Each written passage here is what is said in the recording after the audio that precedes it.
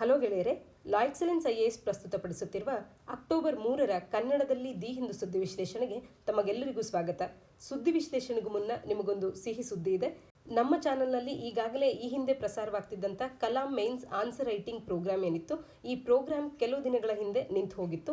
ಈಗ ಅಕ್ಟೋಬರ್ 4ರಂದು ನೀವು ಪ್ರಿಲಿಮ್ಸನ್ನು ಬರೆಯೋದ್ರಿಂದ ಮತ್ತೆ ಈಗಾಗಲೇ KPSCಯ ಪ್ರಿಲಿಮ್ಸ್ ಕೂಡ ಮುಗಿದು ಮೇನ್ಸಿಗಾಗಿ ನೀವಾಗಲೇ ತಯಾರಿಯನ್ನೇನು ಪ್ರಾರಂಭ ಮಾಡಿದ್ದೀರಾ, ಹಾಗಾಗಿ UPSC ಮತ್ತು KPSC ಎರಡೂ ಮೇನ್ಸಿನ ಉತ್ತರಗಳನ್ನು ಬರೆಯೋದಕ್ಕೆ ನಿಮಗೆ ನೆರವಾಗಲಿ ಅನ್ನುವಂಥ ಉದ್ದೇಶದಿಂದ ಮೇನ್ಸ್ ಆನ್ಸರ್ ರೈಟಿಂಗ್ ಯಾವ ರೀತಿ ಮಾಡಬೇಕು ಅನ್ನುವಂಥದ್ದನ್ನು ತಿಳಿಸುವಂಥ ಕಲಾಂ ಮೇನ್ಸ್ ಆನ್ಸರ್ ರೈಟಿಂಗ್ ಪ್ರೋಗ್ರಾಮನ್ನು 60 ದಿನಗಳ ಪ್ಲಾನ್ನೊಟ್ಟಿಗೆ ನಮ್ಮ ಚಾನೆಲ್ನಲ್ಲಿ ಅಕ್ಟೋಬರ್ 5 ಸೋಮವಾರದಿಂದ ಪ್ರಾರಂಭ ಮಾಡ್ತಾ ಇದ್ದೇವೆ. ನೀವೆಲ್ಲರೂ ಕೂಡ ಇದರ ಉಪಯೋಗವನ್ನು ಪಡ್ಕೋಬಹುದು. ಹಾಗೆ ಲಾ ಎಕ್ಸಲೆನ್ಸ್ IASನ ವತಿಯಿಂದ ಪ್ರತಿ ತಿಂಗಳು ಕೂಡ ನಡೆಸುವಂಥ ಫ್ರೀ ಮಂತ್ಲಿ ಕರೆಂಟ್ ಅಫೇರ್ಸ್ ಟೆಸ್ಟನ್ನು ಕಳೆದ ತಿಂಗಳಿನ ಕರೆಂಟ್ ಅಫೇರ್ಸ್ನ ಕುರಿತಂತೆ ಈ ಬಾರಿ ನಾಳೆ ಅಂದರೆ ಭಾನುವಾರ ಅಕ್ಟೋಬರ್ 4ರಂದು 10ರಿಂದ 12 ಗಂಟೆಯ ಸಮಯದಲ್ಲಿ ಬೆಳಗ್ಗಿನ ಸಮಯದಲ್ಲಿ ಈ ಒಂದು ಟೆಸ್ಟನ್ನು ಕಂಡಕ್ಟ್ ಮಾಡಲಾಗ್ತಾ ಇದೆ. ಕೆಳಗೆ ನೀಡಿರ್ತಕ್ಕಂಥ ಡಿಸ್ಕ್ರಿಪ್ಷನ್ನಲ್ಲಿರ್ತಕ್ಕಂಥ ಲಿಂಕನ್ನು ಕ್ಲಿಕ್ ಮಾಡಿ ಈ ಟೆಸ್ಟಿಗೆ ನೀವು ರಿಜಿಸ್ಟರ್ ಮಾಡ್ಕೊಳ್ಬೋದು. ಈ ಟೆಸ್ಟ್ ಫ್ರೀ ಇರೋದ್ರಿಂದ ಎಲ್ಲರೂ ಕೂಡ ಇದರ ಉಪಯೋಗವನ್ನು ಪಡ್ಕೊಳ್ಳಿ. ಬೇರೆ ಸಮಯದಲ್ಲೂ ಕೂಡ ನೀವು ಈ ಟೆಸ್ಟನ್ನು ತಗೊಳ್ಬೋದು. ಇದಾದ ನಂತರದ ಸಮಯದಲ್ಲಿ ಅಥವಾ ಪ್ರಿಲಿಮ್ಸನ್ನು ಬರೆಯುವಂಥವ್ರು ಪ್ರಿಲಿಮ್ಸನ್ನು ಮುಗಿಸಿ ಬಂದ ನಂತರದಲ್ಲೂ ಕೂಡ ಈ ಟೆಸ್ಟನ್ನು ನೀವು ತಗೊಳ್ಬೋದಾಗುತ್ತೆ. ನಾಳೆ ನಡೆಯುವಂಥ ಪ್ರಿಲಿಮ್ಸ್ಗೆ ಉಪಯೋಗ ಆಗಲಿ ಅಂತ ಹೇಳಿ ಪ್ರಿಲಿಮ್ಸ್ ಮ್ಯಾರಥಾನ್ ಸೀರೀಸ್ನ ಅಡಿಯಲ್ಲಿ ಸಾಕಷ್ಟು ವಿಡಿಯೋಸ್ಗಳನ್ನು ನಮ್ಮ ಚಾನಲ್ನಲ್ಲಿ ಅಪ್ಲೋಡ್ ಮಾಡಿದ್ದೇವೆ. ಇಂದು ಕಡೇ ದಿನದ ಪ್ರಿಪ್ರೇಷನನ್ನು ಮಾಡ್ತಿರುವಾಗ ಸಮಯ ಸಿಕ್ಕಾಗ ನೀವು ಆ ವಿಡಿಯೋಸ್ಗಳನ್ನು ರೆಫರ್ ಮಾಡಿ ಅದರಿಂದ ಕೂಡ ನೀವು ಉಪಯೋಗವನ್ನು ಪಡ್ಕೊಳ್ಬೋದು. ನಾಳೆ ಯಾರೆಲ್ಲ ಪ್ರಿಲಿಮ್ಸನ್ನು ನೀಡ್ತಿದ್ದೀರಾ ಎಲ್ರಿಗೂ ಕೂಡ ಪ್ರಿಲಿಮ್ಸ್ಗೆ ಆಲ್ ದಿ ಬೆಸ್ಟ್ ಅನ್ನು ತಿಳಿಸ್ತಾ ಇವತ್ತಿನ ಸುದ್ದಿ ವಿಶ್ಲೇಷಣೆಯನ್ನು ಪ್ರಾರಂಭ ಮಾಡ್ತಿದ್ದೇವೆ. ಇಂದಿನ ಮೊದಲ article, intention to abate suicide can't be assumed, it has to be evident ಅನ್ನೋದನ್ನ ಸುಪ್ರೀಂ ಕೋರ್ಟ್ನವ್ರು ಹೇಳ್ತಾ ಇದ್ದಾರೆ. ಇದನ್ನು ನಾವು GS ಪೇಪರ್ 2ನ ಅಡಿಯಲ್ಲಿ ಪೊಲಿಟಿ, ಅದರಲ್ಲೂ ಜುಡಿಷಿಯರಿ ಅಡಿಯಲ್ಲಿ ಬರುವಂಥ ಒಂದು ಮುಖ್ಯವಾದಂಥ ತೀರ್ಪು ಅಂತ ಹೇಳಿ ಇದನ್ನು ಓದ್ಕೊಳ್ಬೋದಾಗುತ್ತೆ. ಸರ್ವೋಚ್ಚ ನ್ಯಾಯಾಲಯದ 3 ಜಡ್ಜಸ್ಗಳು ಕೂತ್ಕೊಂಡು NV ರಮಣ, ಸೂರ್ಯಕಾಂತ್, ಋಷಿಕೇಶ್ ರಾಯ್ ಅವರು ಈ ಒಂದು ತೀರ್ಪನ್ನು ನೀಡಿರ್ತಕ್ಕಂಥದ್ದು. ಇಲ್ಲಿ ಯಾವುದೇ ಒಂದು ಕ್ರೈಮ್ ನಡೀತಾ ಇದೆ ಅಂತಂದರೆ ಆ ಕ್ರೈಮಿಗೆ ಮೆನ್ಸ್ ರಿಯಾ ಅಥವಾ ಅದರ ಅಪರಾಧದ ಉದ್ದೇಶ ಏನು ಅಥವಾ ಇಂಟೆನ್ಷನ್ ಏನು ಅನ್ನುವಂಥದ್ದು ಸ್ಪಷ್ಟವಾಗಿ ತಿಳಿದಿರಬೇಕು. ಯಾವ ಒಂದು ಸ್ಟೇಟ್ ಆಫ್ ಮೈಂಡನ್ನು ಬ್ಯಾಕ್ ಮಾಡಿಕೊಂಡು ಈ ಅಪರಾಧ ಆಗಿದೆ ಅನ್ನುವಂಥದ್ದು ಗೊತ್ತಾಗಬೇಕು. ಅಥವಾ ಅದಕ್ಕೆ ಯಾವುದೇ ರೀತಿಯಾದಂಥ ಒಂದು ವಿಜುವಲ್ ಎವಿಡೆನ್ಸಸ್ಸು ನಮಗೆ ಬೇಕಾಗುತ್ತೆ. ಯಾವುದೋ ಒಂದು ಅಸಂಪ್ಷನನ್ನು ಇಟ್ಕೊಂಡು ಯಾವುದೇ ಒಬ್ಬ ವ್ಯಕ್ತಿ ಇನ್ನೊಬ್ಬ ವ್ಯಕ್ತಿಯನ್ನು ಆತ್ಮಹತ್ಯೆ ಮಾಡುವಂತೆ ಪ್ರಚೋದನೆ ಮಾಡಿದ್ದಾನೆ ಅನ್ನುವಂಥದ್ದನ್ನು ನಾವು ಹೇಳುವಂಥದ್ದು ಸರಿಯಲ್ಲ ಅನ್ನುವಂಥ ನಿರ್ಧಾರವನ್ನು ಸುಪ್ರೀಂ ಕೋರ್ಟ್ ಈ ಒಂದು ಕೇಸ್ನಲ್ಲಿ ತಗೊಂಡಿರ್ತಕ್ಕಂಥದ್ದು. ಸಾಲಿಡ್ ಅಂಡ್ ವಿಸಿಬಲ್ ಪ್ರೂಫ್ ಅನ್ನುವಂಥದ್ದು ಬೇಕು ಅಂತ ಹೇಳಿ 3 ಜಡ್ಜ್ ಬೆಂಚ್ ಹೇಳ್ತಾ ಇದೆ. ಯಾವ ವಿಚಾರಕ್ಕಾಗಿ ಅಂತ ಅಂದರೆ ಇಲ್ಲಿ ಗುರ್ಚರಣ್ ಸಿಂಗ್ ಅನ್ನುವಂಥ ಒಬ್ಬ ವ್ಯಕ್ತಿ ತನ್ನ ಹೆಂಡತಿಯನ್ನು ಆತ್ಮಹತ್ಯೆ ಮಾಡ್ಕೊಳ್ಳೋದಕ್ಕೆ ಪ್ರಚೋದನೆ ಮಾಡಿದ್ದಾನೆ ಅನ್ನುವಂಥ ಕೇಸು 22 ವರ್ಷಗಳ ಹಿಂದೆ ಪಂಜಾಬ್ನಲ್ಲಿ ಇತ್ತು. ಆದರೆ ಟ್ರಯಲ್ ಕೋರ್ಟ್ ಆತನನ್ನು ಗಿಲ್ಟಿ ಅಂತ ಹೇಳಿ ಕರೀತು. ಯಾಕೆ ಅಂದರೆ ಆತ ಒಂದು ಹಿತಕರವಾದಂಥ ಅಥವಾ ಸಂತೋಷಕರವಾದಂಥ ಒಂದು ಸಂಬಂಧವನ್ನು ತನ್ನ ಹೆಂಡತಿಯೊಟ್ಟಿಗೆ ಬೆಳೆಸುವಂಥ ಸಂಬಂಧವನ್ನು ವಿಲ್ಫುಲ್ಲಾಗಿ ಆತ ಬೇಕು ಅಂತಾನೆ ವಿಲ್ಫುಲ್ಲಾಗಿ ನೆಗ್ಲೆಕ್ಟ್ ಮಾಡಿದ್ದಾನೆ ಅನ್ನುವಂಥ ಒಂದು ಕಾರಣದಿಂದ ಇದರಿಂದ ನೋವಾಗಿ ಆಕೆ ಆತ್ಮಹತ್ಯೆಗೆ ಒಳಗಾಗಿರ್ತಕ್ಕಂಥದ್ದು ಅನ್ನುವಂಥ ಕಾರಣವನ್ನು ನೀಡಿ ಈತನನ್ನು ಗಿಲ್ಟಿ ಅಂತ ಹೇಳಿತ್ತು. ಆದರೆ ಅವನ ಮೇಲಿದ್ದಂಥ ಡೌರಿ ಮತ್ತು ಡೌರಿ ಹೆರಾಸ್ಮೆಂಟ್ ಚಾರ್ಜಸ್ಸನ್ನು ಅಕ್ವಿಟ್ ಮಾಡಿತ್ತು ಟ್ರಯಲ್ ಕೋರ್ಟು. ನಂತರದಲ್ಲಿ ಆತ ಹೈಕೋರ್ಟಿನ ಮೊರೆ ಹೋದಾಗ ಹೈಕೋರ್ಟು ಟ್ರಯಲ್ ಕೋರ್ಟ್ ಏನು ಹೇಳಿತ್ತು ಅದಕ್ಕೆ ಒಪ್ಪಿಗೆಯನ್ನು ನೀಡಿತ್ತು. ಹೈಕೋರ್ಟ್ ಕೂಡ ಟ್ರಯಲ್ ಕೋರ್ಟಿನ ಅಭಿಪ್ರಾಯವನ್ನೇ ಹೇಳಿತ್ತು. ಡೆತ್ ಆಗೋದಕ್ಕೆ ಕಾರಣಗಳೇನು ಅಂದರೆ ಮನೆಯಲ್ಲಿ ಆಕೆಗಿದ್ದಂಥ ಸರ್ಕಮ್ಸ್ಟಾನ್ಸಸ್ಸೇ ಕಾರಣಗಳಾಗಿದ್ದರಿಂದ ಈತ ಗಿಲ್ಟಿ ಅಂತ ಹೇಳಿ ಹೈಕೋರ್ಟ್ ಕೂಡ ಅದನ್ನು ಎತ್ತಿ ಹಿಡಿದಿತ್ತು. ಆದರೆ ಈ ಅಪೀಲನ್ನು ಆತ ಸುಪ್ರೀಂ ಕೋರ್ಟಿಗೆ ತಗೊಂಡೋದಾಗ ಸುಪ್ರೀಂ ಕೋರ್ಟ್ ಇಲ್ಲಿ ಹೇಳ್ತಾ ಇದೆ ಈತ ಈ ತಪ್ಪನ್ನು ಮಾಡಿದ್ದಾನೆ ಅಂದರೆ ವಿಲ್ಫುಲ್ ನೆಗ್ಲಿಜೆನ್ಸ್ ಅನ್ನು ಆತ ತೋರಿಸಿದ್ದಾನೆ ಅನ್ನೋದಕ್ಕೆ ಯಾವುದೇ ಪುರಾವೆಗಳಿಲ್ಲ, ವಿಸಿಬಲ್ ಪ್ರೂಫ್ ಇಲ್ಲ, ಸಾಲಿಡ್ ಪ್ರೂಫ್ ಇಲ್ಲ. ನಾವು ಒಂದು ಅಸಂಪ್ಷನ್ನ ಮೇಲೆ ಈತ ಸೂಸೈಡ್ ಮಾಡಿಕೊಳ್ಳುವಂಥವರಿಗೆ ಪ್ರಚೋದನೆಯನ್ನು ನೀಡಿದ್ದಾನೆ ಆತನ ಹೆಂಡತಿಗೆ ಅನ್ನೋದನ್ನು ಹೇಳೋದಕ್ಕೆ ಒಂದು ಸ್ಟ್ರಾಂಗ್ ಅಂಡ್ ವಿಸಿಬಲ್ ಪ್ರೂಫ್ ಇಲ್ಲ ನಮ್ಮ ಬಳಿ. ಹಾಗಾಗಿ ಅಸ್ಯೂಮ್ ಮಾಡ್ಕೊಳ್ಳೋದಕ್ಕಾಗಲ್ಲ, ಇದು ಅಬೇಟ್ಮೆಂಟ್ ಆಫ್ ಸೂಸೈಡ್ ಅಂತ ಹೇಳಿ ನಾವು ಅಸ್ಯೂಮ್ ಮಾಡೋದಕ್ಕೆ ಆಗೋದಿಲ್ಲ ಅಂತ ಹೇಳಿ ಆತನನ್ನು ಗಿಲ್ಟಿ ಅಲ್ಲ ಅಂತ ಹೇಳಿ ಸುಪ್ರೀಂ ಕೋರ್ಟ್ ಹೇಳಿರ್ತಕ್ಕಂಥದ್ದು. ಈ ಆರ್ಟಿಕಲ್ನಲ್ಲಿ ನಮಗೆ ಪ್ರಮುಖವಾಗುವಂಥದ್ದು 2 ಸೆಕ್ಷನ್ಸ್ಗಳಿದೆ. Section 107 of IPC Indian penal ಕೋಡ್ನಲ್ಲಿ ಸೆಕ್ಷನ್ 107ನಲ್ಲಿ ಅಮೆಂಡ್ಮೆಂಟನ್ನು ಡಿಫೈನ್ ಮಾಡಲಾಗಿದೆ. ಯಾವುದೇ ಒಬ್ಬ ವ್ಯಕ್ತಿ ಇಂಟೆನ್ಷನಲಿ ಮತ್ತೊಬ್ಬ ವ್ಯಕ್ತಿಯನ್ನು ಪ್ರಚೋದನೆ ಮಾಡಿ ಆತ ಆತ್ಮಹತ್ಯೆಗೆ ಒಳಗಾಗುವಂತೆ ಮಾಡಿದ್ರೆ ಅದನ್ನು ನಾವು ಅಬೇಟ್ಮೆಂಟ್ ಅಂತ ಹೇಳಿ ಕರೆಯುವಂಥದ್ದು. ಸೆಕ್ಷನ್ 306 ಆಫ್ IPC ಈ ಇಂಡಿಯನ್ ಪೀನಲ್ ಕೋಡಿನ ಸೆಕ್ಷನ್ 306ಅಲ್ಲಿ instigating or actively aiding a person to take his own life ಇದನ್ನು ಕೂಡ ಅಬೆಟ್ಮೆಂಟ್ ಟು ಸೂಸೈಡ್ ಅಂತ ಹೇಳಿ ಇನ್ವಾಲ್ವ್ ಮಾಡಲಾಗಿದೆ. ಈ ಎರಡು ಸೆಕ್ಷನ್ಸ್ಗಳು ನೆನಪಿರಲಿ. ಸೆಕ್ಷನ್ 107 ಅಥವಾ ಸೆಕ್ಷನ್ 306 ಆಫ್ IPC ಯಾವುದರ ವಿಚಾರವಾಗಿ ಮಾತನಾಡುತ್ತೆ ಅಂದಾಗ ಅಬೆಟ್ಮೆಂಟ್ ಟು ಸೂಸೈಡ್ ಅನ್ನುವಂಥದ್ದು ನಮಗೆ ತಿಳಿದಿರಬೇಕಾಗತ್ತೆ. ಅಬೆಟ್ಮೆಂಟ್ ಟು ಸೂಸೈಡ್ ಅನ್ನೋದಕ್ಕೆ ಸಾಲಿಡ್ ಮತ್ತು ವಿಸಿಬಲ್ ಪ್ರೂಫ್ ಅನ್ನುವಂಥದ್ದು ಬೇಕಾಗುತ್ತೆ. ಯಾವುದೋ ಒಬ್ಬ ವ್ಯಕ್ತಿಯನ್ನು ಕೇವಲ ಅಸ್ಯೂಮ್ ಮಾಡಿಕೊಂಡು ಈತನ ಮಾತುಗಳಿಂದ ಪ್ರಚೋದನೆಗೊಳಗಾಗಿ ಇನ್ನೊಬ್ಬರು ಆತ್ಮಹತ್ಯೆ ಮಾಡಿಕೊಂಡಿದ್ದಾರೆ ಅನ್ನೋದನ್ನ ನಾವು ವಿಸಿಬಲ್ ಪ್ರೂಫ್ ಇಲ್ಲದೆ, ಸಾಲಿಡ್ ಪ್ರೂಫ್ ಇಲ್ಲದೆ ಹೇಳೋದು ಸಾಧ್ಯ ಇಲ್ಲ ಅನ್ನೋದನ್ನ ಸುಪ್ರೀಂ ಕೋರ್ಟಿನ ಬೆಂಚು ತೀರ್ಪನ್ನು ನೀಡಿರ್ತಕ್ಕಂಥದ್ದು. ಮುಂದಿನ ಆರ್ಟಿಕಲ್ನಲ್ಲಿ 16% of PDS rice stocks in Madhya Pradesh unfit for human consumption ಅನ್ನೋದನ್ನು ನೋಡೋಣ. ಇದನ್ನು ಪಬ್ಲಿಕ್ ಡಿಸ್ಟ್ರಿಬ್ಯೂಷನ್ ಸಿಸ್ಟಮ್ನ ಅಡಿಯಲ್ಲಿ ಓದ್ಕೊಳ್ಬೋದಾಗುತ್ತೆ. ಇಲ್ಲಿ ಮಧ್ಯಪ್ರದೇಶದಲ್ಲಿ ಪಬ್ಲಿಕ್ ಡಿಸ್ಟ್ರಿಬ್ಯೂಷನ್ ಸಿಸ್ಟಮ್ನ ಅಡಿಯಲ್ಲಿ ರೈಸನ್ನು ಏನು ಸ್ಟಾಕ್ ಮಾಡಿದ್ದಾರೆ ಅದರಲ್ಲಿರ್ತಕ್ಕಂಥ 16.6% ರೈಸ್ ಸ್ಟಾಕ್ಸ್ ಅನ್ನುವಂಥದ್ದು ಪಬ್ಲಿಕ್ ಡಿಸ್ಟ್ರಿಬ್ಯೂಷನ್ ಸಿಸ್ಟಮ್ನ ಅಡಿಯಲ್ಲಿ ಇರುವಂಥದ್ದು. Prevention of food adulteration standard limits PFA ಲಿಮಿಟ್ಸ್ಗಳೇನಿದೆ ಈ ಲಿಮಿಟ್ಸನ್ನು ಹೊರತುಪಡಿಸಿ ಅಡಲ್ಟ್ರೇಷನ್ ಆಗಿರುವಂಥದ್ದು, ಅಂದರೆ ಕಲಬೆರಕೆ ಆಗಿರುವಂಥದ್ದು. ಆದ್ದರಿಂದ ಇದು ಹ್ಯೂಮನ್ ಕನ್ಸಂಪ್ಷನ್ಗೆ ಯೋಗ್ಯ ಅಲ್ಲ ಅಂತ ಹೇಳಿರ್ತಕ್ಕಂಥದ್ದು. 2.747 ಲ್ಯಾಕ್ ಮೆಟ್ರಿಕ್ ಟನ್ಸ್ಗಳಷ್ಟು ರೈಸನ್ನು ಮಧ್ಯಪ್ರದೇಶದಲ್ಲಿ ಹೊಂದಿರತಕ್ಕಂಥದ್ದು PDS ಸಿಸ್ಟಮ್ನ ಅಡಿಯಲ್ಲಿ ಸ್ಟಾಕ್ ಆಗಿರ್ತಕ್ಕಂಥದ್ದು.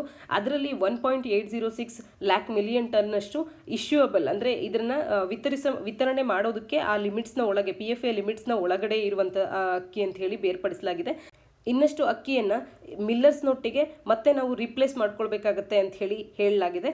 ಆದರೆ 0.457 ಲ್ಯಾಕ್ ಮಿಲಿಯನ್ ಟನ್ನಷ್ಟು ರೈಸ್ ಅನ್ನುವಂಥದ್ದು ಹ್ಯೂಮನ್ ಕನ್ಸಂಪ್ಷನ್ಗೆ ಅನ್ಫಿಟ್ ಅಂತ ಹೇಳಿರ್ತಕ್ಕಂಥದ್ದು. ಆರ್ಟಿಕಲ್ನ ಹಿನ್ನೆಲೆಯಲ್ಲಿ ಪಬ್ಲಿಕ್ ಡಿಸ್ಟ್ರಿಬ್ಯೂಷನ್ ಸಿಸ್ಟಮ್ನ ಬಗ್ಗೆ ಒಂದಷ್ಟು ಮಾಹಿತಿಯನ್ನು ತಿಳ್ಕೊಳ್ಳೋದಾದರೆ, ಭಾರತದಲ್ಲಿ ಫುಡ್ ಸೆಕ್ಯೂರಿಟಿಯನ್ನು ಎನ್ಶೂರ್ ಮಾಡಲಿಕ್ಕೆ, ಫುಡ್ ಸೆಕ್ಯೂರಿಟಿ ಅಂತ ಅಂದರೆ ಎಲ್ಲ ಮಂದಿಗೂ ಕೂಡ ಅವೈಲಬಿಲಿಟಿ ಅಂದರೆ ಅವರಿಗೆ ದೊರಕುವಂತೆ ಇರಬೇಕು, ಆಕ್ಸೆಸಿಬಿಲಿಟಿ ಅಂದರೆ ಅವರ ಹತ್ತಿರದಲ್ಲಿ ಇರಬೇಕಾಗತ್ತೆ, ಅಫೋರ್ಡಬಿಲಿಟಿ ಅಂದರೆ ಅವರಿಗೆ ಎಷ್ಟು ಹಣ ಕೊಟ್ಟು ಅದನ್ನು ತಗೊಳ್ಳೋಕ್ಕಾಗತ್ತೋ ಅಷ್ಟು ಹಣದಲ್ಲಿ ಅದು ಸಿಗುವಂತೆ ಇರಬೇಕಾಗತ್ತೆ. ಈ ರೀತಿಯಾಗಿ ಅವೈಲಬಿಲಿಟಿ, ಆಕ್ಸೆಸಿಬಿಲಿಟಿ, ಅಫೋರ್ಡಬಿಲಿಟಿಯನ್ನು ಎನ್ಶೂರ್ ಮಾಡೋದನ್ನೇ ನಾವು ಫುಡ್ ಸೆಕ್ಯೂರಿಟಿ ಅಂತ ಹೇಳಿ ಕರಿತೇವೆ. ಈ ರೀತಿಯಲ್ಲಿ ಭಾರತದಲ್ಲಿ ಫುಡ್ ಸೆಕ್ಯೂರಿಟಿಯನ್ನು ಎನ್ಶೂರ್ ಮಾಡಲಿಕ್ಕೆ ಅಂತ ಹೇಳಿ ಭಾರತದಾದ್ಯಂತ ನಾವು PDS ಅನ್ನು, ಪಬ್ಲಿಕ್ ಡಿಸ್ಟ್ರಿಬ್ಯೂಷನ್ ಸಿಸ್ಟಮ್ ಅನ್ನು ಎಸ್ಟಾಬ್ಲಿಷ್ ಮಾಡಿರ್ತಕ್ಕಂಥದ್ದು. ಈ ವ್ಯವಸ್ಥೆಯು ministry of consumer affairs, food and public distribution ಮಿನಿಸ್ಟ್ರಿಯ ಅಡಿಯಲ್ಲಿ ಕೆಲಸ ಮಾಡುವಂಥ ಒಂದು ವ್ಯವಸ್ಥೆ ಆಗಿರುತ್ತೆ. ಗೌರ್ಮೆಂಟ್ ಓನ್ಡ್ ಕಾರ್ಪೊರೇಷನ್ ಆಗಿರ್ತಕ್ಕಂಥ food corporation of India procure ಮಾಡ್ಕೊಳ್ಳುವಂಥದ್ದು ಈ ಫುಡ್ ಗ್ರೈನ್ಸನ್ನು ಮತ್ತು ಇವುಗಳನ್ನು ಮೇಂಟೈನ್ ಮಾಡುವಂಥದ್ದು ಈ ಕೆಲಸವನ್ನು PDSನ ವಿಚಾರದಲ್ಲಿ ಮಾಡುತ್ತೆ. ಬೆಂಬಲ ಬೆಲೆಯನ್ನು ಘೋಷಣೆ ಮಾಡಿ, ಅಂದರೆ ಮಿನಿಮಮ್ ಸಪೋರ್ಟ್ ಪ್ರೈಸನ್ನು ನೀಡಿ ಏನು ಫಾರ್ಮರ್ಸಿಂದ ಖರೀದಿ ಮಾಡ್ತಾರೆ, ರೈತರಿಂದ ನೇರವಾಗಿ ಸರ್ಕಾರ ಖರೀದಿ ಮಾಡುತ್ತೆ. ಇದನ್ನು ಪ್ರೊಕ್ಯೂರ್ ಮಾಡುವಂಥವರು FCIನವರಾಗಿರ್ತಾರೆ. ಈ FCIನ ಬಳಿ ಇದರ ಸ್ಟಾಕ್ಸ್ಗಳನ್ನು ಸ್ಟೋರ್ ಮಾಡಲಿ ಇಡಲಾಗುತ್ತೆ. ಫುಡ್ ಗ್ರೈನ್ಸ್ಗಳ ಸ್ಟಾಕ್ ಅನ್ನುವಂಥದ್ದು FCIನ ಬಳಿ ಸ್ಟೋರ್ ಆಗಿರುತ್ತೆ, ಅಂದರೆ ಪ್ರೊಕ್ಯೂರ್ ಮಾಡುವಂಥದ್ದು, ಮೇಂಟೈನ್ ಮಾಡುವಂಥದ್ದು ಇದರ ಕಾರ್ಯ ಆಗಿರುತ್ತೆ. ನಂತರದಲ್ಲಿ ಡಿಸ್ಟ್ರಿಬ್ಯೂಷನ್ ಸೆಂಟರ್ಸ್ಗಳ ಮುಖಾಂತರವಾಗಿ, ಸೊಸೈಟೀಸ್ಗಳ ಮುಖಾಂತರವಾಗಿ ಪ್ರತಿ ಹಳ್ಳಿಯಲ್ಲೂ ಕೂಡ ಇದನ್ನು ಪಬ್ಲಿಕ್ ಡಿಸ್ಟ್ರಿಬ್ಯೂಷನ್ ಸಿಸ್ಟಮ್ನ ಅಡಿಯಲ್ಲಿ ಎಲ್ಲರಿಗೂ ಕೂಡ ಹಂಚಲಾಗುತ್ತೆ. BPLನ ಅಡಿಯಲ್ಲಿ ಇರ್ತಕ್ಕಂಥವರಿಗೆ ಒಂದು ಮಂದಿಗೆ 5 kg ಅಂತೆ, ಒಬ್ಬ ವ್ಯಕ್ತಿಗೆ 5 kg ಅಂತೆ. ಒಂದು ಮನೆಯಲ್ಲಿ 7 ವ್ಯಕ್ತಿ ಇದ್ದಾಗ 35 kg ನೀಡುವಂಥದ್ದು, 5 ವ್ಯಕ್ತಿ ಇದ್ದಾಗ 25 kg ನೀಡುವಂಥದ್ದು. ಈ ರೀತಿಯಾಗಿ ಅಕ್ಕಿ ಅಥವಾ ಗೋಧಿಯನ್ನು ವಿತರಣೆ ಮಾಡುವಂಥದ್ದು. ನಂತರದಲ್ಲಿ ಅದರಲ್ಲೂ ಕೂಡ ಅಂತ್ಯೋದಯ ಅನ್ನ ಯೋಜನೆ ಅಡಿಯಲ್ಲಿ AAY ಕಾರ್ಡ್ಸ್ಗಳನ್ನು ಯಾರು ಹೊಂದಿರ್ತಾರೆ ಇವರು ಬಡವರಲ್ಲೂ ಕೂಡ ಅತಿ ಬಡವರು ಅಂತ ಹೇಳಿ ಕನ್ಸಿಡರ್ ಮಾಡಿ ಅವ್ರ ಮನೆಯಲ್ಲಿ ಇಬ್ಬರೇ ಇರಲಿ, ಮೂವರೇ ಇರಲಿ, ಅವ್ರ ಮನೆಯಲ್ಲಿ ಎಷ್ಟೇ ಮಂದಿ ಇದ್ರೂ ಕೂಡ ಒಂದು ತಿಂಗಳಿಗೆ 35 kg ಅಕ್ಕಿ ಅಥವಾ ಗೋಧಿಯನ್ನು ವಿತರಣೆ ಮಾಡುವಂಥದ್ದು. ನಂತರದಲ್ಲಿ APL ಕಾರ್ಡನ್ನು ಹೊಂದಿರತಕ್ಕಂಥವ್ರಿಗೂ ಕೂಡ, ಅಂದರೆ ಅಬೌವ್ ಪಾವರ್ಟಿ ಲೈನ್ನಲ್ಲಿ ಇರ್ತಕ್ಕಂಥವ್ರಿಗೂ ಕೂಡ ಈ PDSನ ಅಡಿಯಲ್ಲಿ ಒಂದಷ್ಟು ಹಣವನ್ನು ಪಡೆಯೋದ್ರ ಮುಖಾಂತರವಾಗಿ ಫುಡ್ ಗ್ರೈನ್ಸನ್ನು ಡಿಸ್ಟ್ರಿಬ್ಯೂಟ್ ಮಾಡುವಂಥ ಕಾರ್ಯವನ್ನು ಮಾಡ್ತಾ ಇರ್ತಾರೆ. COVID-19 ಪ್ಯಾಂಡಮಿಕ್ನ ಹಿನ್ನೆಲೆಯಲ್ಲಿ ಪ್ರಧಾನ ಮಂತ್ರಿ ಗರೀಬ್ ಕಲ್ಯಾಣ್ ಯೋಜನೆಯ ಅಡಿಯಲ್ಲಿ ಸರ್ಕಾರ ಸ್ಟಿಮ್ಯುಲಸ್ ಪ್ಯಾಕೇಜನ್ನು ಏನು ಘೋಷಣೆ ಮಾಡಿತ್ತು, ಇದರಲ್ಲಿ ಮೊದಲ 3 ತಿಂಗಳ ಕಾಲ PDSನ ಅಡಿಯಲ್ಲಿ ಏನು ಡಿಸ್ಟ್ರಿಬ್ಯೂಷನ್ ಮಾಡ್ತಿದ್ದಾರೆ ಫುಡ್ ಗ್ರೈನ್ಸನ್ನು, ಇದನ್ನು ಡಬಲ್ ಡಿಸ್ಟ್ರಿಬ್ಯೂಟ್ ಮಾಡ್ತೇವೆ ಅನ್ನುವಂಥ ಒಂದು ಪ್ರಾಮಿಸನ್ನು ಕೂಡ ಮಾಡಿತ್ತು.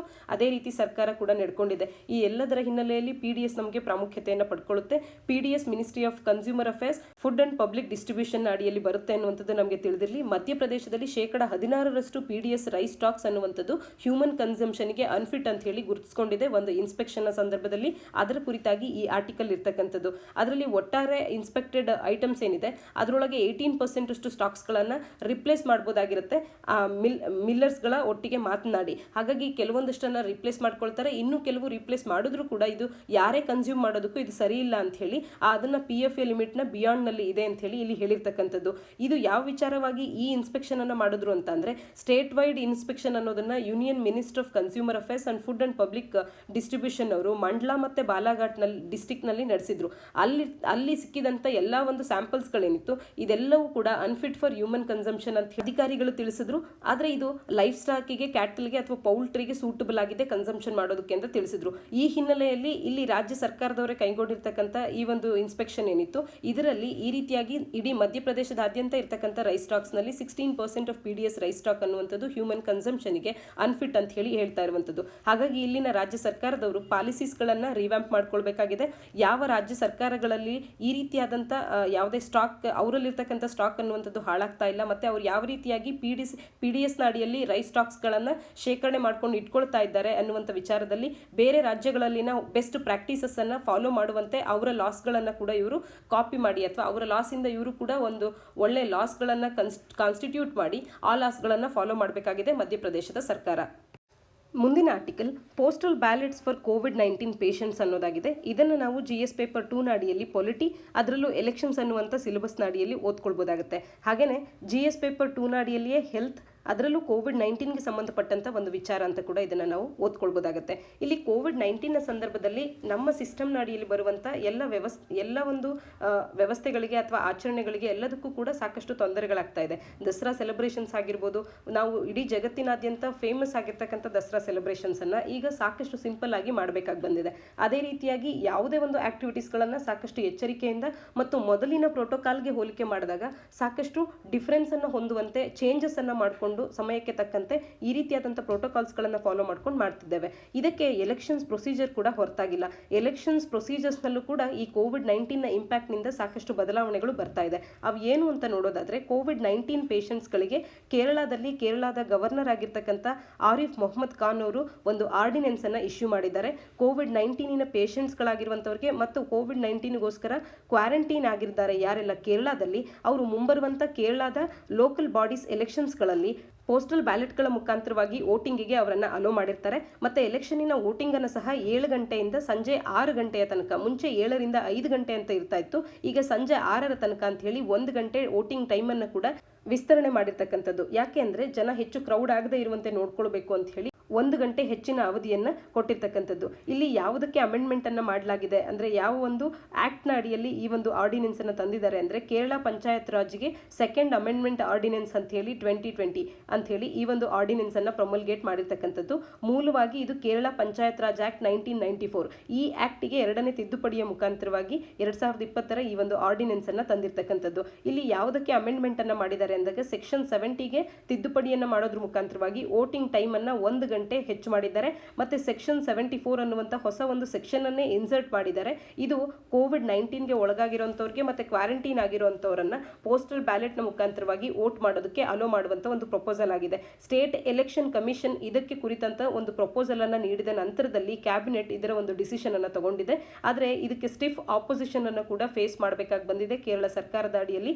ಯಾಕೆಂದ್ರೆ ಪೋಸ್ಟಲ್ ಬ್ಯಾಲೆಟ್ನ ಮುಖಾಂತರವಾಗಿ ವೋಟ್ ಮಾಡಿ ಅಂತ ಹೇಳಿ ನೀವು ಕೊಡುವಂಥ ಅವಕಾಶವನ್ನ ಪ್ರಾಕ್ಸಿ ವೋಟಿಂಗಿಗೆ ಬಳಸಲಾಗುತ್ತೆ ಅಂತ ಹೇಳಿ ಸ್ಟಿಫ್ ಆಪೋಸಿಷನ್ ಅನ್ನುವಂಥದ್ದು ಮೇಜರ್ ಪಾರ್ಟೀಸ್ಗಳಿಂದ ಬಂದಿದೆ.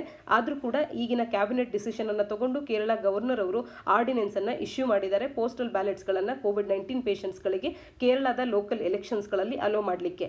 ಈ COVID-19ನ ಹಿನ್ನೆಲೆಯಲ್ಲಿ ಯಾವೆಲ್ಲ ರೀತಿಯ ಇಂಪ್ಯಾಕ್ಟ್ಸ್ಗಳಾಗಿದೆ ಅಥವಾ ಈಗಿನ ನ್ಯೂ ನಾರ್ಮಲ್ ಯಾವುದಾಗಿದೆ ಅಂತ ಅಂದಾಗ ಈ ಹಿಂದೆ ಮಾಸ್ಕ್ ಧರಿಸುವಂಥದ್ದಾಗಿರ್ಬೋದು ಅಥವಾ ಕೈಗಳನ್ನು ಪದೇ ಪದೇ ಕ್ಲೀನ್ ಮಾಡ್ಕೊಳ್ಳೋದಾಗಿರ್ಬೋದು, ಈ ರೀತಿಯಾದಂಥನ್ನ ನಾವು ನೋಡ್ತಾ ಇರಲಿಲ್ಲ. ಆದರೆ ಈಗ ಎಲ್ಲ ಕಡೆ ಕೂಡ ನಾವು ಸೋಷಿಯಲ್ ಡಿಸ್ಟೆನ್ಸಿಂಗನ್ನು ಕಾಪಾಡುವಂಥದ್ದು, ಮೆಟ್ರೋ ರೈಲ್ಗಳಲ್ಲಿ ಒಂದು ಸೀಟನ್ನು ಬಿಟ್ಟು ಮತ್ತೊಂದು ಸೀಟ್ನಲ್ಲಿ ಕೂರುವಂಥದ್ದು, ಈ ರೀತಿಯಾದಂಥದ್ದು ಒಂದು ರೀತಿಯ ನ್ಯೂ ನಾರ್ಮಲ್ ಆಗೋಗಿದೆ. ಮಾಸ್ಕ್ ಧರಿಸಿ ಯಾರೋ ಒಬ್ರು ಹೊರಗೆ ಬರ್ತಾರೆ ಅಂದರೆ ಈ ಹಿಂದೆ ನಾವು ಅದನ್ನು ಅಸ್ಯೂಮ್ ಮಾಡ್ತಾ ಇರಲಿಲ್ಲ. ಆದರೆ ಕಳೆದ 6-8 ತಿಂಗಳುಗಳಿಂದ ಇದು ಕಂಪ್ಲೀಟ್ ಆಗಿ ನ್ಯೂ ನಾರ್ಮಲ್ ಆಗೋಗಿದೆ. ಈ ರೀತಿಯಾಗಿ COVID-19ನ ಇಂಪ್ಯಾಕ್ಟಿಂದ ಹೊಸದಾಗಿ ಏನನ್ನು ನಾವು ನೋಡ್ತಾ ಇದ್ದೇವೆ ಅಂದಾಗ ಎಲೆಕ್ಷನ್ಸ್ಗಳಲ್ಲಾಗಿರ್ತಕ್ಕಂಥ ಬದಲಾವಣೆಗಳನ್ನು ನಮ್ಮ ಉತ್ತರಗಳಲ್ಲಿ ನಾವು ಬರಿಬೋದಾಗುತ್ತೆ. ಮುಂದಿನ article 3-fold increase in leopard capture translocation ಅಂತ ಹೇಳಿ ಒಂದು ಅಧ್ಯಯನ ಹೇಳ್ತಾ ಇರೋದನ್ನ ನೋಡಬಹುದಾಗುತ್ತೆ. ಇದನ್ನು ನಾವು GS ಪೇಪರ್ 3 ನಾಡಿಯಲ್ಲಿ ಬಯೋಡೈವರ್ಸಿಟಿ ಅನ್ನುವಂಥ ಸಿಲೆಬಸ್ ನಾಡಿಯಲ್ಲಿ ಓದ್ಕೊಳ್ಬೋದಾಗುತ್ತೆ. ಇಲ್ಲಿ ಕೇಂದ್ರ ಸರ್ಕಾರದವರು ಹ್ಯೂಮನ್ ಲೆಪರ್ಡ್ ಕಾನ್ಫ್ಲಿಕ್ಟ್ ಅನ್ನ ಕಡಿಮೆ ಮಾಡಲಿಕ್ಕೆ ಅಂತ ಹೇಳಿ ಒಂದು ಪಾಲಿಸಿಯನ್ನ ತಂದಿದ್ರು ಕೂಡ ಇದು ಸಾಕಷ್ಟು ಕಡಿಮೆ ಇಂಪ್ಯಾಕ್ಟ್ ಅನ್ನ ಮಾಡಿದೆ ಗ್ರೌಂಡ್ ಲೆವೆಲ್ಸ್ ಅಲ್ಲಿ ನಾವು ನೋಡ್ಕೊಂಡಾಗ ಅಂತ ಹೇಳಿ ನಮಗೆ ಈ ಸ್ಟಡಿ ಅನ್ನುವಂಥದ್ದು ತಿಳಿಸ್ತಾ ಇದೆ.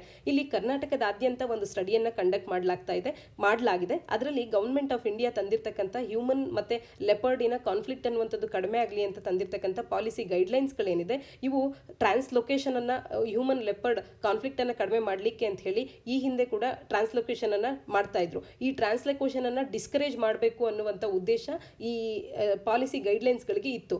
ಆದರೆ ಅದನ್ನು ಕೂಡ ಟ್ರಾನ್ಸ್ಲೊಕೇಶನ್ ಮಾಡೋದನ್ನು ನಿಲ್ಲಿಸುವಂಥ ಕಾರ್ಯವನ್ನು ಪಾಲಿಸಿ ಗೈಡ್ಲೈನ್ಸ್ಗಳು ಮಾಡಿಲ್ಲ. ಮತ್ತು ಲೆಪರ್ಡ್ಸ್ಗಳನ್ನು ನಂಬರ್ ಆಫ್ ಲೆಪರ್ಡ್ಸ್ಗಳನ್ನು ಪರ್ ಮಂತಲ್ಲಿ ಕ್ಯಾಪ್ಚರ್ ಮಾಡುವಂಥ ನಂಬರ್ಸ್ಗಳು ಕೂಡ 3 ಫೋಲ್ಡ್ ಇನ್ಕ್ರೀಸ್ ಆಗಿದೆ ಮತ್ತು ಟ್ರಾನ್ಸ್ಲೊಕೇಶನ್ ಮಾಡುವಂಥದ್ದು ಕೂಡ 3 ಫೋಲ್ಡ್ ಇನ್ಕ್ರೀಸ್ ಆಗಿದೆ. ಈ ಒಂದು ಅಧ್ಯಯನ ನಮಗೆ ತಿಳಿಸುತ್ತೆ ಪಾಲಿಸಿ ಗೈಡ್ಲೈನ್ಸ್ಗಳನ್ನು ಏನು ತಂದಿದ್ದಾರೆ ಹ್ಯೂಮನ್ ಲೆಪರ್ಡ್ ಕಾನ್ಫ್ಲಿಕ್ಟನ್ನು ಮಿಟಿಗೇಟ್ ಮಾಡೋದಕ್ಕೆ ಅಂತ ಹೇಳಿ ಅದು ಗ್ರೌಂಡ್ ಲೆವೆಲ್ನಲ್ಲಿ ಇಂಪ್ಯಾಕ್ಟನ್ನು ಹೊಂದಿಲ್ಲ ಅಂತ ಹೇಳಿ ಇಲ್ಲಿ ನೇಚರ್ ಕನ್ಸರ್ವೇಷನ್ ಫೌಂಡೇಶನ್ ಅವರು ಮಾಡಿರ್ತಕ್ಕಂಥ ಒಂದು ಸ್ಟಡಿ ಅನ್ನುವಂಥದ್ದು ಈ ವಿಚಾರಗಳನ್ನು ನಮಗೆ ತಿಳಿಸ್ತಾ ಇದೆ.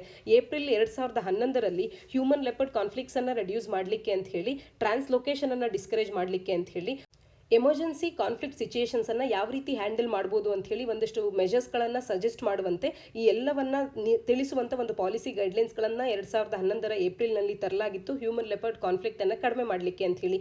ಆದರೆ ಅದು ಅದರ ರಿಸಲ್ಟ್ಸನ್ನು ನೀಡಿಲ್ಲ. ಯಾಕೆಂದರೆ ಟ್ರಾನ್ಸ್ಲೊಕೇಶನ್ ಹೆಚ್ಚಾಗಿದೆ, ಲೆಪರ್ಡ್ಸ್ಗಳನ್ನು ಕ್ಯಾಪ್ಚರ್ ಮಾಡುವಂಥದ್ದು 3 ಫೋಲ್ಡ್ ಹೆಚ್ಚಾಗಿದೆ. ಟ್ರಾನ್ಸ್ಲೊಕೇಶನ್ ಕೂಡ ಈ ಹಿಂದೆ ಒಂದು ತಿಂಗಳಿಗೆ ಒಂದು ಪ್ರಾಣಿಯನ್ನು ಒಂದು ಲೆಪರ್ಡನ್ನು ಟ್ರಾನ್ಸ್ಲೊಕೇಟ್ ಮಾಡ್ತಿದ್ರು ಅಂದರೆ ಈಗ 3.5 ಪ್ರಾಣಿಯನ್ನು ಟ್ರಾನ್ಸ್ಲೊಕೇಟ್ ಮಾಡುವಂಥದ್ದಾಗಿದೆ. ಅಂದರೆ ಇನ್ನೂ ಹೆಚ್ಚಾಗ್ತಾನೆ ಇದೆ ಹೊರತು ಈ ಪಾಲಿಸಿ ಗೈಡ್ಲೈನ್ಸ್ ಇಂದ ಟ್ರಾನ್ಸ್ಲೊಕೇಶನ್ ಅನ್ನುವಂಥದ್ದು ಮಿಟಿಗೇಟ್ ಆಗಿಲ್ಲ ಅನ್ನೋದನ್ನ ಇದು ತಿಳಿಸ್ತಾ ಇದೆ. ಈ ನೇಚರ್ ಕನ್ಸರ್ವೇಷನ್ ಫೌಂಡೇಶನ್ನ ಪರವಾಗಿ ಸಂಜಯ್ ಗುಬ್ಬಿ ಅನ್ನುವಂಥವರು ಒಂದು ಪೇಪರನ್ನು ಕೂಡ ಪಬ್ಲಿಷ್ ಮಾಡಿದ್ದಾರೆ. Policy to on ground action evaluating conflict policy guideline for leopards in India ಅಂತ ಹೇಳಿ the journal of international wild life law and policy ಒಳಗೆ ಇದು ಪಬ್ಲಿಷ್ ಆಗಿರುವಂಥದ್ದು. ಈ ಪೇಪರ್ನ ಲೀಡ್ ಆಥರ್ ಆಗಿರುವಂಥ ಮಿಸ್ಟರ್ ಸಂಜಯ್ ಗುಬ್ಬಿ ಅವರು ತಿಳಿಸ್ತಾ ಇರುವಂಥದ್ದು ಕರ್ನಾಟಕದಲ್ಲಿ 357 ಲೆಪರ್ಡ್ಸ್ಗಳನ್ನು ಕಾನ್ಫ್ಲಿಕ್ಟ್ ಸಿಚುಯೇಷನಲ್ಲಿ ಇತ್ತು ಅನ್ನುವಂಥ ಕಾರಣದಿಂದ 2009ರಿಂದ 2016ರಲ್ಲಿ ಅವುಗಳನ್ನು ಕ್ಯಾಪ್ಚರ್ ಮಾಡಲಾಗಿದೆ. 314 ಲೆಪರ್ಡ್ಸ್ಗಳಲ್ಲಿ ಫೈನಲ್ ಔಟ್ಕಮ್ ಅನ್ನೋದು ಕೂಡ ಅವೈಲಬಲ್ ಇದೆ. ಪಾಲಿಸಿ ಗೈಡ್ಲೈನ್ಸ್ಗಳ ಪ್ರಕಾರವಾಗಿ ಕೇಂದ್ರ ಸರ್ಕಾರ ಈ ಹ್ಯೂಮನ್ ಮತ್ತು ಲೆಪರ್ಡಿನ ಕಾನ್ಫ್ಲಿಕ್ಟನ್ನು ಮಿಟಿಗೇಟ್ ಮಾಡುವಂಥದ್ದು ಮತ್ತು ಟ್ರಾನ್ಸ್ಲೊಕೇಟನ್ನು ಕಡಿಮೆ ಮಾಡಬೇಕು ಅನ್ನುವಂಥ ಕಾರಣದಿಂದ ಪಾಲಿಸಿ ಗೈಡ್ಲೈನ್ಸ್ಗಳನ್ನು ತಂದಿತ್ತು. ಆದರೆ ಅದು ಸರಿಯಾದ ಇಂಪ್ಲಿಕೇಶನನ್ನು ಹೊಂದಿಲ್ಲದ ಕಾರಣ ಈ 314 ಲೆಪರ್ಡ್ಸ್ಗಳ ಫೈನಲ್ ಔಟ್ಕಮ್ ನಮಗೇನು ದೊರಕಿದೆ 357 ಲೆಪರ್ಡ್ಸ್ಗಳನ್ನು ಕ್ಯಾಪ್ಚರ್ ಮಾಡಿದಂಥ ಲೆಪರ್ಡ್ಸ್ಗಳ ಪೈಕಿ 314 ಲೆಪರ್ಡ್ಸ್ಗಳಲ್ಲಿ 268ನ್ನು ಟ್ರಾನ್ಸ್ಲೊಕೇಟ್ ಮಾಡಿದೆ. ಇದು ಈ ಒಂದು ಪಾಲಿಸಿ ಏನಿತ್ತು ಅದರ ಸ್ಪಿರಿಟಿಗೆ ಕಾಂಟ್ರರಿ ಆಗಿರೋದನ್ನು ನಾವಿಲ್ಲಿ ನೋಡ್ಬೋದು. ಮತ್ತು 34 ಕ್ಯಾಪ್ಚರ್ಡ್ ಲೆಪರ್ಡ್ಸ್ಗಳನ್ನು ಕ್ಯಾಪ್ಟಿವಿಟಿಯಲ್ಲಿ ಇಡಲಾಗಿರುವಂಥದ್ದು 12 ಇದುವರೆಗೂ ಕ್ಯಾಪ್ಚರ್ ಆದ ನಂತರದಲ್ಲಿ ಸಾವಿಗೀಡಾಗಿರೋದನ್ನು ನೋಡ್ಬೋದಾಗುತ್ತೆ. ಇಲ್ಲಿ ಮಾತನಾಡ್ತಾ ಇರುವಂಥ ಲೆಪರ್ಡ್ಸ್ಗಳಾಗಿರ್ಬೋದು ಅಥವಾ ಈ ಸ್ಟಡಿ ಆಗಿರ್ಬೋದು ಕರ್ನಾಟಕದ ಬಗ್ಗೆ ಹೆಚ್ಚು ಮಾತನಾಡ್ತಾ ಇರೋದ್ರಿಂದ ಇದು KPSCಯ ಮೈನ್ಸ್ ದೃಷ್ಟಿಯಿಂದ ಇಂಪಾರ್ಟೆಂಟ್ ಆಗುವಂಥ ಒಂದು ಆರ್ಟಿಕಲ್ ಕೂಡ ಆಗಿರುತ್ತೆ. ಇಲ್ಲಿ ಕರ್ನಾಟಕವನ್ನು ಒಂದು ಕೇಸ್ ಸ್ಟಡಿಯಾಗಿ ತಗೊಂಡು ಅನಲೈಸ್ ಮಾಡಿರುವಂಥದ್ದು ಪ್ರೀ ಅಂಡ್ ಪೋಸ್ಟ್ ಗೈಡ್ಲೈನ್ಸ್ ಅಂದರೆ ಈ ಗೈಡ್ಲೈನ್ಸ್ಗಳಿಗೆ ಮುಂಚಿತವಾಗಿ ಮತ್ತು ಗೈಡ್ಲೈನ್ಸ್ನ ನಂತರದಲ್ಲಿ ಲೆಪರ್ಡ್ ಕ್ಯಾಪ್ಚರ್ ಯಾವ ರೀತಿಯಾಗಿದೆ ಮತ್ತು ಇವುಗಳಿಗೆ ಇರ್ತಕ್ಕಂಥ ಕಾರಣಗಳೇನು, ಇದರಿಂದ ಕ್ಯಾಪ್ಚರ್ಡ್ ಲೆಪರ್ಡ್ಸ್ಗಳ ಔಟ್ಕಮ್ ಏನು ಅಂತ ನೋಡಿದಾಗ ನಮಗೆ ತಿಳಿದು ಬಂದಿರತಕ್ಕಂಥದ್ದು ಏನು ಅಂದರೆ ಕ್ಯಾಪ್ಚರಿಂಗ್ ಕೂಡ ಹೆಚ್ಚಾಗಿದೆ ಮತ್ತು ಲೆಪರ್ಡ್ಸ್ಗಳ ಟ್ರಾನ್ಸ್ಲೊಕೇಶನ್ ಕೂಡ ಹೆಚ್ಚಾಗಿದೆ. ಹಾಗಾಗಿ ಪಾಲಿಸಿ ಗೈಡ್ಲೈನ್ಸ್ ಯಾವುದೇ ರೀತಿಯಾದಂಥ ಒಂದು ಗ್ರೌಂಡ್ ಲೆವೆಲ್ ಇಂಪ್ಯಾಕ್ಟ್ ಅನ್ನು ಹೊಂದಿಲ್ಲ. ಈ ಪಾಲಿಸಿ ತನ್ನ ಕೆಲಸವನ್ನು ಮಾಡೋದ್ರಲ್ಲಿ ಸಕ್ಸಸ್ಫುಲ್ ಆಗಿಲ್ಲ ಅನ್ನೋದನ್ನ ಇದು ತೋರಿಸ್ತಾ ಇದೆ. ಪ್ರೊಟೆಕ್ಟೆಡ್ ಏರಿಯಾಸ್ನ ವಿಚಾರಕ್ಕೆ ಬಂದಾಗ 357 ಲೆಪರ್ಡ್ಸ್ಗಳನ್ನು ಏನು ಕ್ಯಾಪ್ಚರ್ ಮಾಡಿದ್ರು ಅದು 23 ಜಿಲ್ಲೆಗಳಿಂದ ಕ್ಯಾಪ್ಚರ್ ಮಾಡಲಾಗಿತ್ತು 2009ರಿಂದ 2011ರಲ್ಲಿ. ಇದರಲ್ಲಿ ಮೆಜಾರಿಟಿಯನ್ನು 79% ಅನ್ನುವಂಥದ್ದು ಮೈಸೂರು, ಉಡುಪಿ, ಹಾಸನ್, ತುಮಕೂರು, ರಾಮನಗರ, ಬಳ್ಳಾರಿ, ಕೊಪ್ಪಳ ಮತ್ತು ಮಂಡ್ಯ ಡಿಸ್ಟ್ರಿಕ್ಟ್ಗಳಿಂದಲೇ ಕ್ಯಾಪ್ಚರ್ ಮಾಡಿದ್ದನ್ನು ನಾವು ನೆನಪಿಸ್ಕೊಳ್ಬೋದು. ಇದರಲ್ಲಿ 268 ಲೆಪರ್ಡ್ಸ್ಗಳನ್ನು ಏನು ಟ್ರಾನ್ಸ್ಲೊಕೇಟ್ ಮಾಡಲಾಗಿದೆ ಅವುಗಳನ್ನು ಪ್ರೊಟೆಕ್ಟೆಡ್ ಏರಿಯಾಸ್ಗಳಾದಂಥ ರಿಸರ್ವ್ಡ್ ಫಾರೆಸ್ಟ್ ಆಗಿರ್ಬೋದು, ಸ್ಟೇಟ್ ಫಾರೆಸ್ಟ್ ಆಗಿರ್ಬೋದು, ಮೈನರ್ ಫಾರೆಸ್ಟ್ಗಳಾಗಿರ್ಬೋದು ಇವು ಇಲ್ಲಿಗೆ ಟ್ರಾನ್ಸ್ಲೊಕೇಟ್ ಮಾಡಲಾಗಿದೆ. ಹೈಯೆಸ್ಟ್ ನಂಬರ್ ಆಫ್ ಟ್ರಾನ್ಸ್ಲೊಕೇಶನ್ ಅನ್ನು ಬಂಡೀಪುರ್ ಟೈಗರ್ ರಿಸರ್ವ್ಗೆ ಮಾಡಿರುವಂಥದ್ದು, ನಂತರದಲ್ಲಿ ನಾಗರ್ಹೊಳೆ ಟೈಗರ್ ರಿಸರ್ವ್ಗೆ, ಅದರ ನಂತರದಲ್ಲಿ ಕಾವೇರಿ ವೈಲ್ಡ್ ಲೈಫ್ ಸ್ಯಾಂಚುರಿಗೆ ಹೈಯೆಸ್ಟ್ ನಂಬರ್ಸ್ ಆಫ್ ಟ್ರಾನ್ಸ್ಲೊಕೇಶನ್ ಅನ್ನುವಂಥದ್ದು ಆಗಿರೋದನ್ನು ನಾವಿಲ್ಲಿ ನೆನಪಿಸ್ಕೊಳ್ಬೋದಾಗುತ್ತೆ. ಇಲ್ಲಿ 8 ಕಾರಣಗಳಿದೆ ಕ್ಯಾಪ್ಚರ್ ಅನ್ನು ಮಾಡೋದಕ್ಕೆ ಮತ್ತು ರೀಲೊಕೇಟ್ ಅನ್ನು ಟ್ರಾನ್ಸ್ಲೊಕೇಶನ್ ಅನ್ನು ಮಾಡೋದಕ್ಕೆ ಲೆಪರ್ಡ್ಸ್ಗಳ ವಿಚಾರದಲ್ಲಿ. ಆದರೆ ಮೇನ್ ಜಸ್ಟಿಫಿಕೇಶನ್ ಅನ್ನುವಂಥದ್ದು ಲೈಫ್ ಸ್ಟಾಕ್ ಡಿಪ್ರೆಡೇಷನ್ ಕಾರಣದಿಂದಾಗಿ ಅನ್ನುವಂಥದ್ದು ಮುಖ್ಯವಾದಂಥ ಕಾರಣ ಆಗುತ್ತೆ. ಲೈಫ್ ಸ್ಟಾಕ್ ಡಿಪ್ರೆಡೇಷನ್ ಅಂತ ಅಂದರೆ ಯಾವುದೇ ಒಂದು ಪ್ರಾಣಿ ಆಗಿರ್ಬೋದು ಅಥವಾ ಯಾವುದೇ ಒಂದು ಮರ ಗಿಡವಾದಂಥ ಒಂದು ಯಾವುದೇ ಸ್ಪೀಸೀಸ್ ಆಗಿರ್ಬೋದು ಅವುಗಳನ್ನು ಕನ್ಸಂಪ್ಷನ್ ಮಾಡೋದಕ್ಕೆ ಅಂತ ಹೇಳಿ ಹ್ಯೂಮನ್ ಕನ್ಸಂಪ್ಷನ್ ಮಾಡೋದಕ್ಕೆ ಅಂತ ಹೇಳಿ ಬಳಕೆ ಮಾಡೋದನ್ನು ಲೈಫ್ ಸ್ಟಾಕ್ ಡಿಪ್ರೆಡೇಷನ್ ಕಾರಣ ಅಂತ ಹೇಳ್ಬೋದು. ಈ ರೀತಿಯ ಒಂದು ಮೇನ್ ಜಸ್ಟಿಫಿಕೇಶನ್ ಅಲ್ಲಿ ಲೆಪರ್ಡ್ನ ಕಾರಣದಲ್ಲಿ ನೀಡಲಾಗಿರುವಂಥದ್ದು. ಈ 8 ಕಾರಣಗಳಿದೆ, ಅದರಲ್ಲಿ ಮುಖ್ಯವಾದಂಥ ಕಾರಣ ಲೈಫ್ ಸ್ಟಾಕ್ ಡಿಪ್ರೆಡೇಷನ್. ಈ ಕಾರಣದಿಂದಲೇ ಇಷ್ಟು ಹೆಚ್ಚಿನ ಮಟ್ಟಿಗೆ ಟ್ರಾನ್ಸ್ಲೊಕೇಶನ್ ಅನ್ನುವಂಥದ್ದು ಕ್ಯಾಪ್ಟಿವಿಟಿ ಅನ್ನುವಂಥದ್ದು ಆಗ್ತಾ ಇರುವಂಥದ್ದು. ಒಟ್ಟಾರೆಯಾಗಿ ಹ್ಯೂಮನ್ ಲೆಪರ್ಡ್ ಕಾನ್ಫ್ಲಿಕ್ಟ್ ಅನ್ನು ಕಡಿಮೆ ಮಾಡೋದಕ್ಕೆ ಅಂತ ಹೇಳಿ ಕೇಂದ್ರ ಸರ್ಕಾರ 2011ರಲ್ಲಿ ತಂದಂಥ ಗೈಡ್ಲೈನ್ಸ್ಗಳು ಅದಕ್ಕೆ ಪೂರಕವಾಗಿ ಕಾರ್ಯವನ್ನು ಮಾಡದೆ ಸಕ್ಸಸ್ಫುಲ್ ಆಗಿಲ್ಲ ಅನ್ನೋದನ್ನ ಈ ಸ್ಟಡಿ ನಮಗೆ ತಿಳಿಸ್ತಾ ಇರುವಂಥದ್ದು. ಇಲ್ಲಿ ಕರ್ನಾಟಕದ ಬಗ್ಗೆ ಹೆಚ್ಚು ಡಿಸ್ಕಸ್ ಮಾಡಿರೋದ್ರಿಂದ KPSCಗೆ ಇದು ಬಹಳ ಪ್ರಾಮುಖ್ಯತೆಯನ್ನು ಪಡ್ಕೊಳ್ಳುವಂಥ ಒಂದು ಆರ್ಟಿಕಲ್ ಆಗುತ್ತೆ. ನಂತರದಲ್ಲಿ ಇಲ್ಲಿ ಲೆಪರ್ಡ್ಸ್ಗಳ ಬಗ್ಗೆ ಹೆಚ್ಚಿನದಾಗಿ ನಾವು ಡಿಸ್ಕಸ್ ಮಾಡಿದ್ವಿ. ಅದೇ ರೀತಿಯಾಗಿ ಪ್ರಾಜೆಕ್ಟ್ ಟೈಗರ್ನ ಬಗ್ಗೆ ಕೂಡ ನಮಗೆ ಪ್ರಶ್ನೆಗಳು ಬರ್ಬೋದು. ಹಾಗಾಗಿ ಪ್ರಾಜೆಕ್ಟ್ ಟೈಗರ್ ಪ್ರಾರಂಭವಾದಂಥ ವರ್ಷ ಯಾವುದು ಅನ್ನೋದನ್ನ ನಾವು ಕಮೆಂಟ್ ಸೆಕ್ಷನಲ್ಲಿ ತಿಳಿಸಿ. ಮುಂದಿನ article laws protected women children ಅನ್ನೋದಾಗಿದೆ. ಇಲ್ಲಿ union minister for women and child development ಆಗಿರುವಂಥ ಸ್ಮೃತಿ ಇರಾನಿ ಅವರು ಯುನೈಟೆಡ್ ನೇಷನ್ ಜನರಲ್ ಅಸೆಂಬ್ಲಿಯನ್ನು ಅಡ್ರೆಸ್ ಮಾಡಿದ್ದಾರೆ. ವರ್ಚುವಲ್ ಅಡ್ರೆಸ್ ಆಗಿದೆ. ಯಾವ ವಿಚಾರಕ್ಕೆ ಅಂತ ಅಂದರೆ 25th ಆನಿವರ್ಸರಿಯನ್ನು ಸೆಲೆಬ್ರೇಟ್ ಮಾಡಿದ್ದಾರೆ. ಬೀಜಿಂಗ್ ಡಿಕ್ಲರೇಷನ್ ಆಗಿರುವಂಥ 25th ಆನಿವರ್ಸರಿಯನ್ನು ಸೆಲೆಬ್ರೇಟ್ ಮಾಡುವಂಥ ಉದ್ದೇಶದಲ್ಲಿ ಆ ಸಂದರ್ಭದಲ್ಲಿ ಈ ಒಂದು UNGAದ ಯುನೈಟೆಡ್ ನೇಷನ್ ಜನರಲ್ ಅಸೆಂಬ್ಲಿಯ ಪ್ಲಾಟ್ಫಾರ್ಮ್ನಲ್ಲಿ ನಮ್ಮ women and child development minister ಭಾರತದಲ್ಲಿನ ವುಮೆನ್ ಪ್ರೊಟೆಕ್ಷನ್, ವುಮೆನ್ ಸೇಫ್ಟಿ ಈ ಎಲ್ಲ ವಿಚಾರದಲ್ಲಿ ಭಾರತ ತಂದಿರತಕ್ಕಂಥ ಲಾಸ್ಗಳ ಕುರಿತು ಮಾತನಾಡಿರ್ತಕ್ಕಂಥದ್ದು. ಈ ಆರ್ಟಿಕಲ್ನ ಹಿನ್ನೆಲೆಯಲ್ಲಿ ಬೀಜಿಂಗ್ ಡಿಕ್ಲರೇಷನ್ ಬಗ್ಗೆ ಒಂದಷ್ಟು ಮಾಹಿತಿಯನ್ನು ತಿಳ್ಕೊಳ್ಳೋದಾದ್ರೆ, ಇದು UN ಅಡಾಪ್ಟ್ ಮಾಡ್ಕೊಂಡಿರ್ತಕ್ಕಂಥ ಒಂದು ರೆಸಲ್ಯೂಷನ್ ಆಗಿದೆ.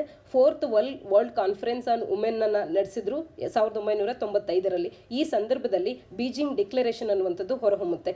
ಈ ಡಿಕ್ಲರೇಷನ್ ನಲ್ಲಿ equality of men and women ಅನ್ನ ಅಪ್ಹೋಲ್ಡ್ ಮಾಡಲಿಕ್ಕೆ ಅಂತ ಹೇಳಿ ಸೆಟ್ ಆಫ್ ಪ್ರಿನ್ಸಿಪಲ್ಸ್ ಅನ್ನ ಪ್ರೊಮಲ್ಗೇಟ್ ಮಾಡ್ತಾರೆ. ಇದು ಮುಖ್ಯವಾಗಿ ಬೀಜಿಂಗ್ ಡಿಕ್ಲರೇಷನ್ ನಲ್ಲಿ ಇರುವಂಥದ್ದು. ಬೀಜಿಂಗ್ ಡಿಕ್ಲರೇಷನ್ ಅಂದ ತಕ್ಷಣ ವುಮೆನ್ ರೈಟ್ಸ್ ಅಥವಾ ಮೆನ್ ಅಂಡ್ ವುಮೆನ್ನ ಈಕ್ವಾಲಿಟಿಯ ಕುರಿತಂತೆ ನಮಗೆ ನೆನಪಾಗಬೇಕಾಗುತ್ತೆ. ಇದನ್ನು ನೇರವಾಗಿ ಈ ರೀತಿಯಾದಂಥ ಡಿಕ್ಲರೇಷನ್ಸ್ಗಳನ್ನು ನೀಡಿ ಇದರ ಉದ್ದೇಶ ಏನು ಅನ್ನುವಂಥ ಪ್ರಶ್ನೆ ಕೇಳಬಹುದು. ಈಗ 25 ವರ್ಷಗಳು ಆಗಿರುವಂಥ ಹಿನ್ನೆಲೆಯಲ್ಲಿ ಈ ಬಾರಿಯ ಪ್ರಿಲಿಮ್ಸ್ನಲ್ಲಿ ಬೀಜಿಂಗ್ ಡಿಕ್ಲರೇಷನ್ ಯಾವುದಕ್ಕೆ ಸಂಬಂಧಪಟ್ಟಿದ್ದು ಅನ್ನುವಂಥ ನೇರವಾದ ಪ್ರಶ್ನೆಯನ್ನು ಕೂಡ ಕೇಳಬಹುದಾಗುತ್ತೆ. ಯುನೈಟೆಡ್ ನೇಷನ್ ಜನರಲ್ ಅಸೆಂಬ್ಲಿಯ ಥೀಮ್ ಏನಾಗಿತ್ತು ಅಂತ ಅಂದರೆ, ಅಂದರೆ ನಿನ್ನೆಯ ಮೀಟಿಂಗಿನ ಈ ಥೀಮ್ ಏನು ಅಂತಂದರೆ, ರಿಯಲೈಸೇಷನ್ ಆಫ್ ಜೆಂಡರ್ ಈಕ್ವಾಲಿಟಿಯನ್ನು ನಾವು ಆಕ್ಸಲರೇಟ್ ಮಾಡುವಂಥದ್ದು. ಅಂದರೆ ಜೆಂಡರ್ ಈಕ್ವಾಲಿಟಿಯ ಅನ್ನುವಂಥದ್ದು ಆಗೋ ಪ್ರೋಸೆಸ್ಸನ್ನು ನಾವು ಹೆಚ್ಚುಗೊಳಿಸುವಂಥದ್ದು, ಆದಷ್ಟು ಶೀಘ್ರವಾಗಿ ಆಗುವಂತೆ ಮಾಡುವಂಥದ್ದು. ಮತ್ತು empowerment of all women and girls, ಎಲ್ಲ ಮಹಿಳೆಯರು ಮತ್ತು ಹೆಣ್ಣು ಮಕ್ಕಳನ್ನು ಸಬಲೀಕರಣಗೊಳಿಸುವಂಥದ್ದು.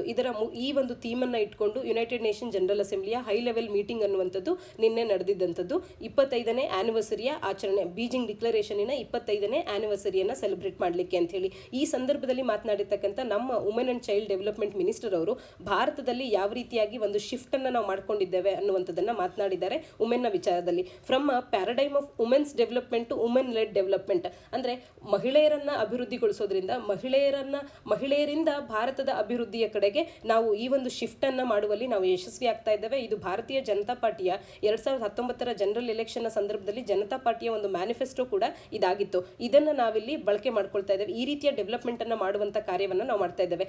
ಮಹಿಳಾ ಅಭಿವೃದ್ಧಿ ಅಲ್ಲ, ಮಹಿಳೆಯರಿಂದ ಅಭಿವೃದ್ಧಿಯನ್ನ ಮಾಡುವಂತ ಕಾರ್ಯವನ್ನ ನಮ್ಮ ಸರ್ಕಾರ ಮಾಡ್ತಾ ಇದೆ ಅನ್ನೋದನ್ನ ಇಲ್ಲಿ ತಿಳಿಸಿದ್ದಾರೆ. ನಮ್ಮ ಸಾಕಷ್ಟು ಲೆಜಿಸ್ಲೇಷನ್ಸ್ಗಳು ಇತ್ತೀಚೆಗೆ ಭಾರತದಲ್ಲಿ ಆಗಿರ್ತಕ್ಕಂಥ ಲೆಜಿಸ್ಲೇಷನ್ಸ್ಗಳ ಕುರಿತು ಇಲ್ಲಿ ಮಾತನಾಡ್ತಾ ಇದ್ದಾರೆ. ಇಲ್ಲಿ sexual harassment women at work ಪ್ಲೇಸ್ನ ಕುರಿತಂತೆ ಆಗಿರ್ಬೋದು, protection of women from domestic ವೈಲೆನ್ಸ್ನ ವಿಚಾರದಲ್ಲಿ ಆಗಿರ್ಬೋದು, protection of children from sexual offences ಆಗಿರ್ಬೋದು, ಕ್ರಿಮಿನಲ್ ಲಾಸ್ಗಳ ಕುರಿತು ಆಗಿರ್ಬೋದು, ಸಾಕಷ್ಟು ತಿದ್ದುಪಡಿಗಳನ್ನು ತಂದು ಒಂದು ಸ್ಟ್ರಾಂಗ್ ಆದಂಥ ಲಾಸ್ಗಳನ್ನು ತಂದಿದ್ದೇವೆ. ಇವುಗಳಿಂದ ಮಹಿಳಾ ಸಬಲೀಕರಣ ಅನ್ನುವಂಥದ್ದಾಗ್ತಾ ಇದೆ. ಚಿಲ್ಡ್ರನ್ ಸ್ಪೆಷಲಿ 6 ವರ್ಷದ ಒಳಗಿರ್ತಕ್ಕಂಥ ಮಕ್ಕಳೇನಿದ್ದಾರೆ ಇವರುಗಳ ಒಂದು ಎಂಪವರ್ಮೆಂಟ್ ಅನ್ನು ಮಾಡಲಿಕ್ಕೆ ಕೂಡ ಸಾಕಷ್ಟು ಲಾಸ್ಗಳನ್ನು ತಂದಿದ್ದೇವೆ ಅಂತ ಹೇಳಿ ಸ್ಮೃತಿ ಇರಾನಿ ಅವರು ಹೇಳ್ತಾ ಇರುವಂಥದ್ದು. ಆದರೆ ನಮ್ಮಲ್ಲಿ ಇತ್ತೀಚೆಗಷ್ಟೇ ನಾವು ನೋಡಿದ್ವಿ ಹತ್ರಾಸ್ ಕೇಸನ್ನು.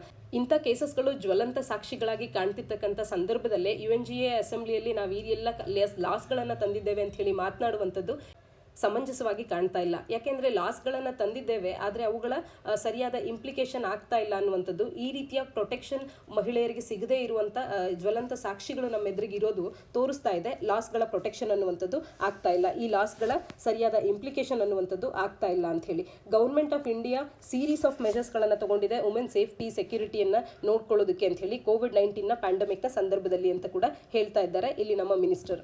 ಆದರೆ ಇವರ ಒಂದು ಸ್ಪೀಚಿಂದ ಸಾಕಷ್ಟು ಆಕ್ಟಿವಿಸ್ಟ್ಗಳು ಅನ್ಹ್ಯಾಪಿ ಆಗಿದ್ದಾರೆ. ಯಾಕೆಂದರೆ ಭಾರತದಲ್ಲಿ ಇವತ್ತು ಏನಾಗ್ತಿದೆ, ಈ ಎಲ್ಲ ಸ್ಥಿತಿಗತಿಗಳನ್ನು ನೋಡಿದಾಗ ಈ ಪ್ರಾಬ್ಲಮ್ಸ್ಗಳನ್ನು, ನಮ್ಮ ಕ್ಯಾಸ್ಟ್ ಪ್ರಾಬ್ಲಮ್ಸ್ ಆಗಿರ್ಬೋದು, ರಿಲಿಜಿಯಸ್ ಪ್ರಾಬ್ಲಮ್ಸ್ಗಳಾಗಿರ್ಬೋದು, ಇವುಗಳ ಬಗ್ಗೆ ಸ್ಪೀಚ್ನಲ್ಲಿ ಮೆನ್ಷನ್ನೇ ಮಾಡಿಲ್ಲ. ಇದರಿಂದ ನಮ್ಮ ಸೊಸೈಟಿಯಲ್ಲಿ ಸಾಕಷ್ಟು ತೊಂದರೆಗಳೇನಾಗ್ತಿದೆ ಇವುಗಳನ್ನು ಹೇಳಿಲ್ಲ. ಬದಲಾಗಿ ಕೇವಲ ಈ ಲಾಸ್ಗಳನ್ನು ಕುರಿತು ಹೇಳಿರ್ತಕ್ಕಂಥದ್ದು ಸರಿಯಲ್ಲ ಅನ್ನುವಂತೆ ಆಕ್ಟಿವಿಸ್ಟ್ಗಳು ಇವರ ಒಂದು ಸ್ಪೀಚ್ನಿಂದ ಅನ್ಹ್ಯಾಪಿ ಆಗಿದ್ದಾರೆ. ಮತ್ತು ಲ್ಯಾಕ್ ಆಫ್ ಪ್ರಯಾರಿಟಿ ಅನ್ನುವಂಥದ್ದು ವುಮೆನ್ಸ್ನ ನೀಡ್ ಮತ್ತು ಸೇಫ್ಟಿಗೆ ನೀಡಿರೋದು ಯಾವ ರೀತಿಯಾಗಿ ಗೊತ್ತಾಗುತ್ತೆ ಅಂತಂದರೆ, ನಮ್ಮ ಬಜೆಟ್ನಲ್ಲಿ ವುಮೆನ್ ಅಂಡ್ ಚೈಲ್ಡ್ ಡೆವಲಪ್ಮೆಂಟ್ಗೆ ಅಂತೇಳಿ ಕೇವಲ 4% ಅಷ್ಟು ಮೀಸಲಿಟ್ಟಿರೋದ್ರೆ ನಮಗೆ ಗೊತ್ತಾಗುತ್ತೆ.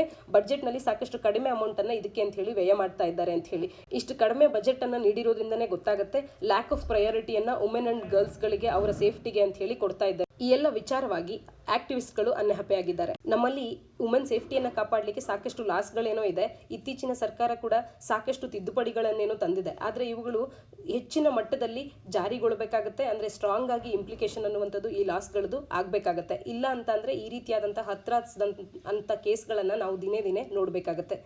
ಎಡಿಟೋರಿಯಲ್ಸ್ಗಳನ್ನು ಡಿಸ್ಕಸ್ ಮಾಡೋಣ. ಮೊದಲ ಎಡಿಟೋರಿಯಲ್ ಪಾತ್ವೇಸ್ ಟು ಡೈವರ್ಸಿಟಿ ಅನ್ನೋದಾಗಿದೆ. ಇಲ್ಲಿ conservation United Nation summit on ಬಯೋಡೈವರ್ಸಿಟಿಯ ಕುರಿತಂತೆ ಮಾತನಾಡಲಾಗ್ತಾ ಇದೆ. ಇಲ್ಲಿ ಬಯೋಡೈವರ್ಸಿಟಿಯ ಕುರಿತಂತೆ United Nation convention on biodiversity ಅನ್ನುವಂಥ ಒಂದು ಕನ್ವೆನ್ಷನ್ ಇರೋದನ್ನು ನಾವು ನೆನಪಿಸ್ಕೊಳ್ಬೋದು.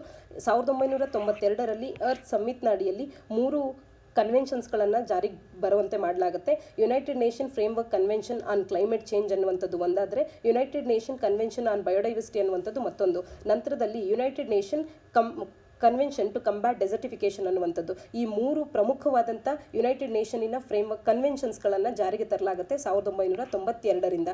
ಅದರಲ್ಲಿ ಒಂದಾಗಿರ್ತಕ್ಕಂಥ United Nation convention on biodiversity, ಇದರ ಒಂದು UN ಸಮ್ಮಿಟ್ ಅನ್ನುವಂಥದ್ದು ಸೆಪ್ಟೆಂಬರ್ 30ರಂದು ಮುಗಿದು ಹೋಗಿದೆ. ಇದರ ಕುರಿತು ಇಲ್ಲಿ ಡಿಸ್ಕಸ್ ಮಾಡ್ತಾ ಇದ್ದಾರೆ. ಏನು ಅಂದರೆ United Nation convention on biological diversity ಇದು ಬಯೋಡೈವರ್ಸಿಟಿ ಇದು ಯಾವ ವಿಚಾರಕ್ಕಾಗಿ ಬಂತೋ ಅದರ ಕರ್ತವ್ಯಗಳನ್ನು ಅದು ಸರಿಯಾಗಿ ಮಾಡ್ಕೊಳ್ತಾ ಬಂದಿದ್ದರೆ ಇವತ್ತು ಇಷ್ಟೊಂದು ತೊಂದರೆಗಳನ್ನು ನಾವು ಎದುರಿಸಬೇಕಾಗಿಲ್ಲ ಅನ್ನೋದನ್ನು ಇಲ್ಲಿ ಮೊದಲಿಗೆ ಪ್ರಾರಂಭ ಮಾಡ್ಕೊಳ್ತಾ ಇದ್ದಾರೆ. ಯಾಕೆ ಅಂತಂದರೆ ಇಡೀ ಜಗತ್ತು ಇವತ್ತು ಕೋವಿಡ್-19 ಪ್ಯಾಂಡಮಿಕ್ಗೆ ನಲುಗ್ತಾ ಇದೆ. ಈ ಪ್ಯಾಂಡಮಿಕ್ ಬಂದಿದ್ದರ ಮೂಲವನ್ನು ನಾವು ಹುಡುಕ್ತಾ ಹೋದಾಗ ಇದೊಂದು ಝೂನೋಟಿಕ್ ಡಿಸೀಸ್ ಆಗಿದೆ, ಅನಿಮಲ್ಸ್ಗಳಿಂದ ನಮಗೆ ಬಂದಿದೆ. ಅನಿಮಲ್ಸ್ ಪ್ಯಾಥೋಜನ್ಸ್ಗಳಿಂದ ಇದು ಬಂದಿರೋದ್ರಿಂದಾಗಿ ಈ ಸ್ಪ್ರೆಡ್ ಆಫ್ ಅನಿಮಲ್ ಪ್ಯಾಥೋಜನ್ಸ್ ಏನಿದೆ ಇದಕ್ಕೂ ಮತ್ತು ಬಯೋಡೈವರ್ಸಿಟಿ ಲಾಸ್ಗೂ ಒಂದು ಲಿಂಕನ್ನು ನಾವು ಎಸ್ಟಾಬ್ಲಿಷ್ ಮಾಡ್ಬೋದಾಗುತ್ತೆ. ಇದು ಡಿಸ್ಟ್ರಕ್ಟಿವ್ ಇಂಡಸ್ಟ್ರಿಯಲ್ ಮತ್ತು ಕಮರ್ಷಿಯಲ್ ಪ್ರಾಕ್ಟೀಸಸ್ಗಳನ್ನು ನಾವು ಅಂದರೆ ಕೊನೆಗಾಣಿಸ್ಲಿಲ್ಲ ಅಂತ ಅಂದರೆ ಇದರಿಂದ ಈ ರೀತಿಯ ಎಪಿಡೆಮಿಕ್ಸ್ಗಳನ್ನು ಪ್ಯಾಂಡಮಿಕ್ಸ್ಗಳನ್ನು ನಾವು ಮುಂದೆ ಕೂಡ ಕಾಣ್ಬೋದಾಗುತ್ತೆ. ಅಂದರೆ ಕನ್ಸರ್ವೇಷನ್ ಆಫ್ ಬಯೋಡೈವರ್ಸಿಟಿ ಅನ್ನುವಂಥದ್ದು ಸರಿಯಾಗಿ ಆಗಲಿಲ್ಲ ಅಂತ ಅಂದರೆ ಈ ಎಲ್ಲ ಪ್ರಾಬ್ಲಮ್ಸ್ಗಳನ್ನು ನಾವು ಎದುರಿಸಬೇಕಾಗತ್ತೆ ಅನ್ನೋದನ್ನು ಇಲ್ಲಿ ಇವರು ಮನವರಿಕೆ ಮಾಡ್ಕೊಳ್ತಾ ಇದ್ದಾರೆ.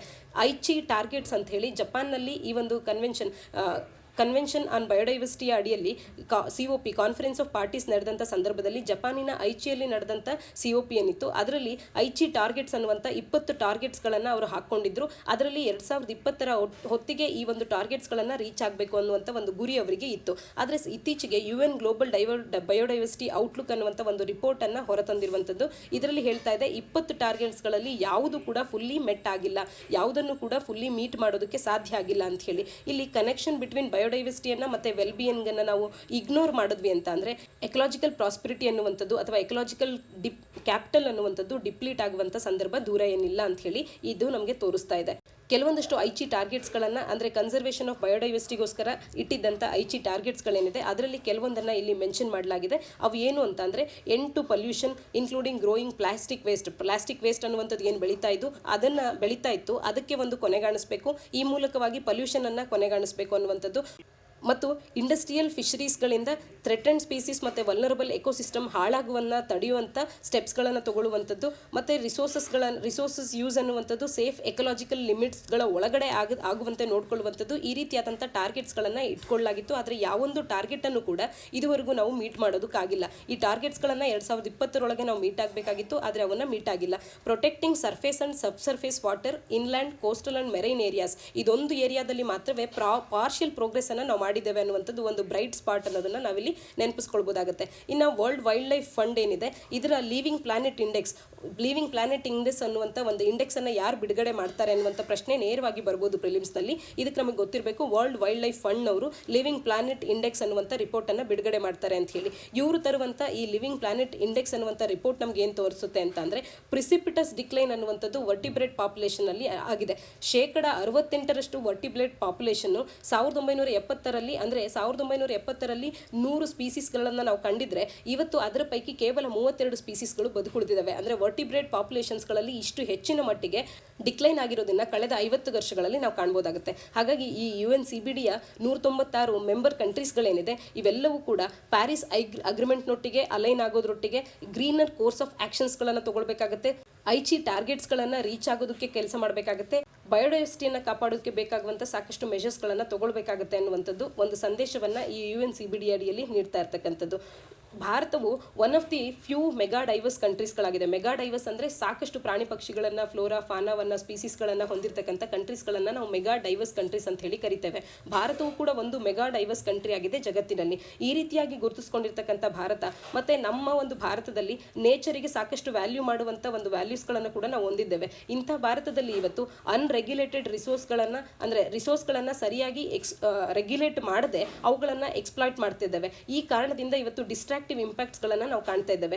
ನ್ಯಾಷನಲ್ ಲಾಸ್ಗಳು 1970-80 ಸಂದರ್ಭದಲ್ಲಿ ಬಂದಿದೆ. ಇವುಗಳು ಐಲ್ಯಾಂಡ್ ಆಫ್ ಡೈವರ್ಸಿಟಿಯನ್ನು ಪ್ರೊಟೆಕ್ಟ್ ಮಾಡುವಂಥ ಒಂದಷ್ಟು ಕಾರ್ಯವನ್ನು ಮಾಡ್ತಾ ಇದೆ. ಪರ್ಟಿಕ್ಯುಲರ್ಲಿ ಭಾರತದಲ್ಲಿ ಪ್ರೊಟೆಕ್ಟೆಡ್ ಏರಿಯಾಸ್ ಅಂತ ಹೇಳಿ ಭಾರತದ ಲ್ಯಾಂಡಿನಲ್ಲಿ 5% ನಾವು ಪ್ರೊಟೆಕ್ಟೆಡ್ ಏರಿಯಾಸ್ ಅಂತ ಹೇಳಿ ಡೆಸಿಗ್ನೇಟ್ ಮಾಡ್ತಾ ಇದ್ದೇವೆ. ಆದರೆ ಇವುಗಳಲ್ಲಿ ನಾವು ಪ್ರೊಟೆಕ್ಟೆಡ್ ಏರಿಯಾಸ್ಗಳಲ್ಲಿ ಸರಿಯಾಗಿ ಪ್ರಾಣಿ ಪಕ್ಷಿಗಳನ್ನು ಉಳಿಕೆ ಮಾಡೋದರ ಬದಲಾಗಿ ಇವುಗಳನ್ನು ನ್ಯಾಚುರಲ್ ರಿಸೋರ್ಸ್ಗಳ ಸ್ಪೀಡಿ ಎಕ್ಸ್ಟ್ರಾಕ್ಷನ್ ಅನ್ನು ಮಾಡೋದಕ್ಕೆ ತಡೆಯುವಂಥ ಇರಿಟೆಂಟ್ಸ್ಗಳಾಗಿ ಇವತ್ತು ನಾವು ನೋಡ್ತಾ ಇದ್ದೇವೆ. ಇಂಥ ಒಂದು ಮನಸ್ಥಿತಿಯನ್ನು ನಾವು ಬದಲಾಯಿಸ್ಕೊಳ್ಬೇಕಾಗಿದೆ. ನಾವು ಭಾರತೀಯರು ನೇಚರಿಗೆ ಸಾಕಷ್ಟು ವ್ಯಾಲ್ಯೂವನ್ನು ನೀಡುವಂಥವ್ರು. ಭಾರತ ಒಂದು ಮೆಗಾ ಡೈವರ್ಸ್ ಕಂಟ್ರಿ ಕೂಡ ಆಗಿದೆ. ಇಂಥ ಒಂದು ಕಂಟ್ರಿಯಲ್ಲಿ ಈಗ ಎನ್ವಿರಾನ್ಮೆಂಟಲ್ ಇಂಪ್ಯಾಕ್ಟ್ ಅಸೆಸ್ಮೆಂಟ್ನ ಕುರಿತಂತೆ ಬಂದಿರತಕ್ಕಂಥ ಒಂದು ಹೊಸ ಲಾ ಅನ್ನು ಕೂಡ ನೋಡಿದಾಗ ನಮಗೆ ಗೊತ್ತಾಗುತ್ತೆ ಎನ್ವಿರಾನ್ಮೆಂಟಲ್ ಹಾಳಾಗೋದ್ರ ಕಡೆಗೆ ನಾವು ಗಮನವನ್ನು ಹರಿಸ್ತಾ ಇಲ್ಲ. ಎನ್ವಿರಾನ್ಮೆಂಟಲ್ ಇಂಪ್ಯಾಕ್ಟ್ ಅಸೆಸ್ಮೆಂಟ್ ಈ ಹಿಂದೆ ಇದ್ದಂಥ ಒಂದು ಸ್ಟ್ರಾಂಗ್ ಇಂಪ್ಯಾಕ್ಟ್ ಅಸೆಸ್ಮೆಂಟ್ ಏನಾಗ್ತಾ ಇತ್ತು ಅದನ್ನು ಕೂಡ ನಾವೀಗ ವೀಕನ್ ಮಾಡುವಂಥ ಲಾಸ್ಗಳನ್ನು ತಂದಿದ್ದೇವೆ. ಇದೆಲ್ಲದರ ಹಿನ್ನೆಲೆಯಲ್ಲಿ ನಾವು ಸಾಕಷ್ಟು ಗಮನವನ್ನು ಹರಿಸಬೇಕಾಗಿದೆ ಎನ್ವಿರಾನ್ಮೆಂಟನ್ನು ಉಳಿಸೋದ್ರ ಕಡೆಗೆ ಅನ್ನುವಂಥದ್ದು ಲೇಖಕರ ಆಶಯ. ಮತ್ತು ಲಿಟಲ್ ಕನ್ಸರ್ನನ್ನು ನಾವು ಇಂಡಿಜಿನಸ್ ಕಮ್ಯುನಿಟೀಸ್ಗಳಿಗೆ ತೋರಿಸ್ತಾ ಇರುವಂಥದ್ದು. ಹಾಗಾಗಿ ಅವರಿಗೆ ಹೆಚ್ಚಿನ ಒಂದು ಕನ್ಸರ್ನನ್ನು ತೋರಿಸೋದ್ರ ಮುಖಾಂತರವಾಗಿ ನಮ್ಮ ಬಯೋಡೈವರ್ಸಿಟಿಯನ್ನು ಕಾಪಾಡುವಲ್ಲಿ ಅವರೊಬ್ಬರು ಸ್ಟ್ರಾಂಗ್ ಪಾರ್ಟ್ನರ್ಸ್ಗಳಾಗಿ ಕೆಲಸ ಮಾಡ್ತಾರೆ. ಅವರನ್ನು ನಾವು ಇನ್ವಾಲ್ವ್ ಮಾಡ್ಕೊಳ್ಬೇಕಾಗುತ್ತೆ ಇಂಡಿಜಿನಸ್ ಕಮ್ಯುನಿಟೀಸ್ಗಳನ್ನು ಅಂತ ಹೇಳಿ ಲೇಖಕರು ಹೇಳ್ತಾ ಇರುವಂಥದ್ದು.